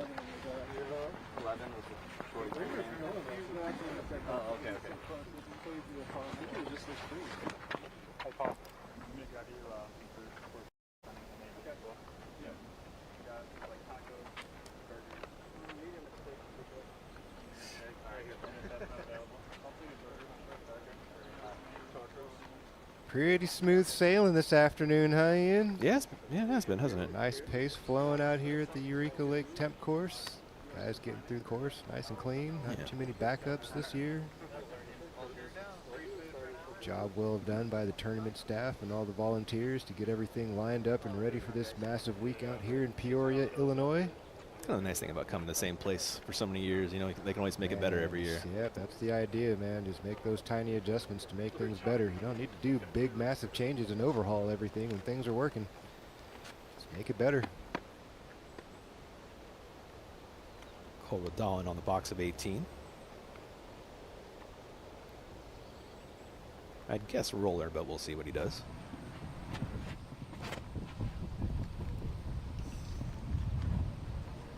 Right to rock. That's in the hot zone. Oh, he just missed it. If he gets past that, that's in that super sweet spot. Rolling straight up the hill.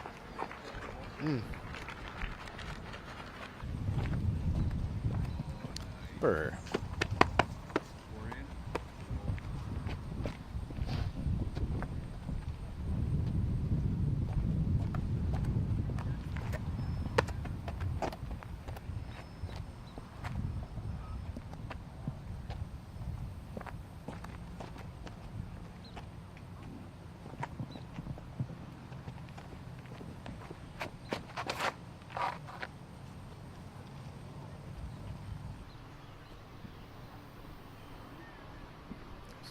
Solid work there from Gannon.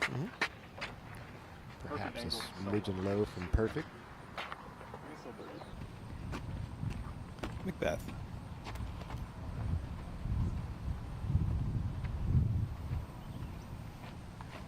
A little more air under the disc there from Macbeth. Also slams down into the ground and stops quickly. Couple of options from that place in the fairway. Barella.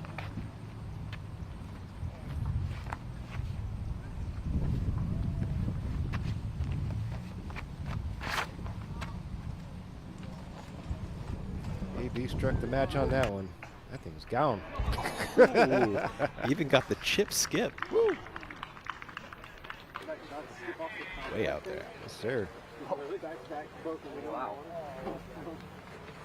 And down there on the ground is our man Brian Earhart. Any day one thoughts, Brian?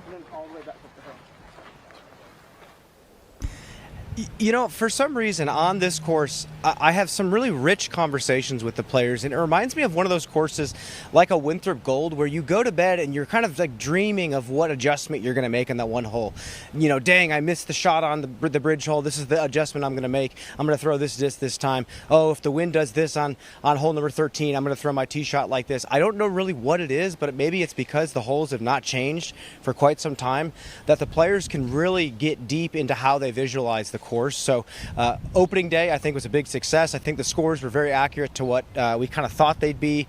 The wind was just strong enough to affect. So sometimes that can get in players' heads whether or not it's actually going to affect their disc. So I think tomorrow we're going to see some players make some adjustments. We could see people in that double-digit mark if the weather stays the same. With you, Brian. Thank you there. If you'd like to hear more from Brian, make sure you stay tuned to Tournament Central, starting after the round. I like that Winthrop comp from Brian there. You feel that at all, Philo? He's right about that for sure. When you're playing a course that's, you know, doesn't really change much over the years, and you just have that sense of familiarity with it, even if you're kind of newer to the tour, you've been able to watch it and do your homework over the previous years, and you just, that mental conversation you're having with your buddies and making the adjustments. Very cool. I love that nugget there from Brian. And just a reminder, this is for pro subscribers.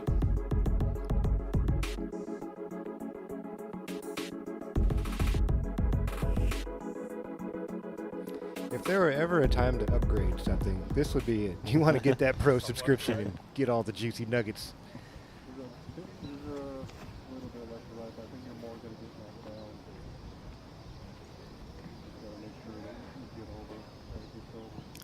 Burr lining up his second.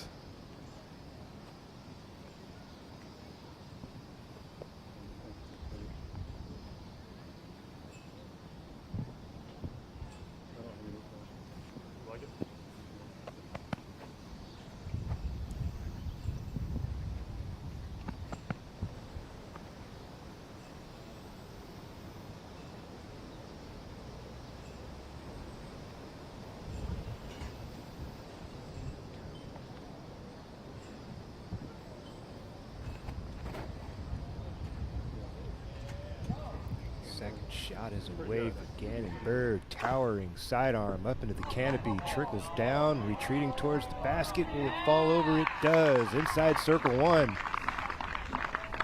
Somehow.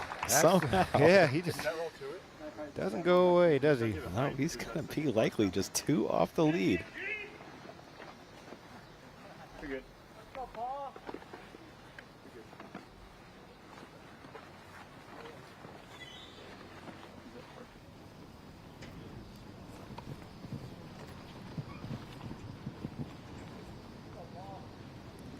Well, if you're a fan of the Stat Mando, we were just talking about the last time this man, Paul Macbeth, has had 3 double bogeys in a round. He'd have to go back to the DDO a couple seasons ago where he had a few of those doubles and a triple bogey in one round. So it's been a minute.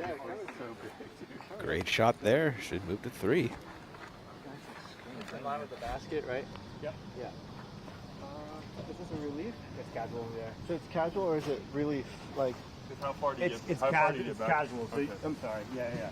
Okay. This is relief mandatory. Casual, so you can take it like. Well, the relief area, you play it like it's OB, so you take it further in. This is casual. This is casual. Casual, you can take it. Casual, you have to go straight back to the back. Okay, and it's at the first available line. Yeah. Yep. Alright. I hate this big rules and stuff. Concrete slab used to be a bit larger, didn't it? It seems like they redesigned it and made it a little smaller. It's still an obstacle out here for these guys.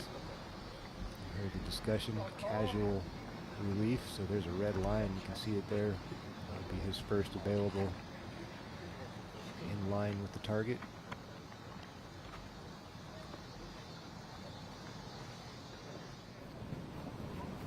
That was Phil Delone. They're making the call, helping the guys out. Delone, however you like to say it.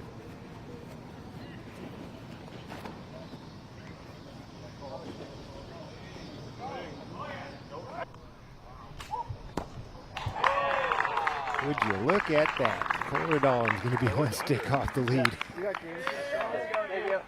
Defending champion showing up big round 1. Sure is. That's a great way to make a statement. I'll match that ham bone finish from Aaron Gossage. Yes, sir.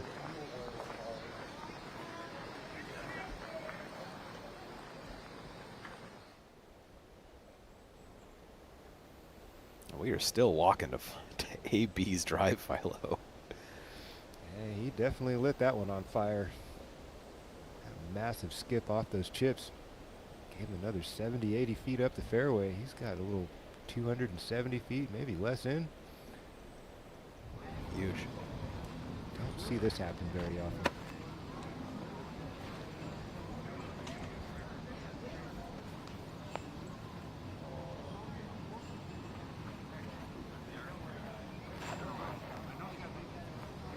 Nope.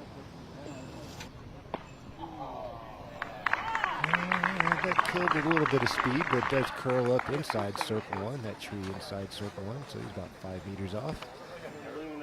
Solid hole 18 there for Anthony Barella. That tee shot was special. It sure was.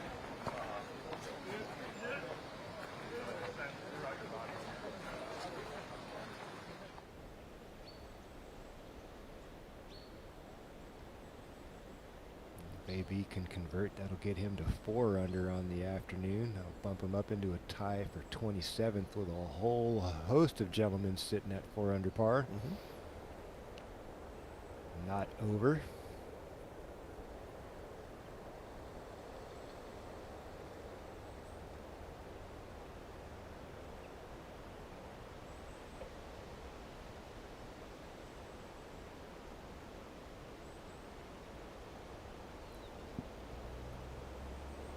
Burr to get within 2 of the lead.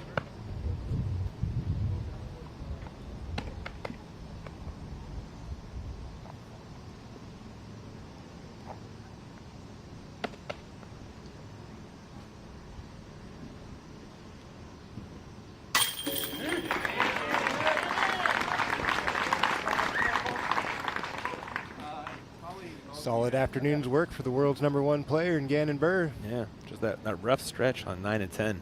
Dropped 3 strokes. Macbeth. What a turnaround on the afternoon for Paul Macbeth after the train wreck of the first 5 holes. Yeah.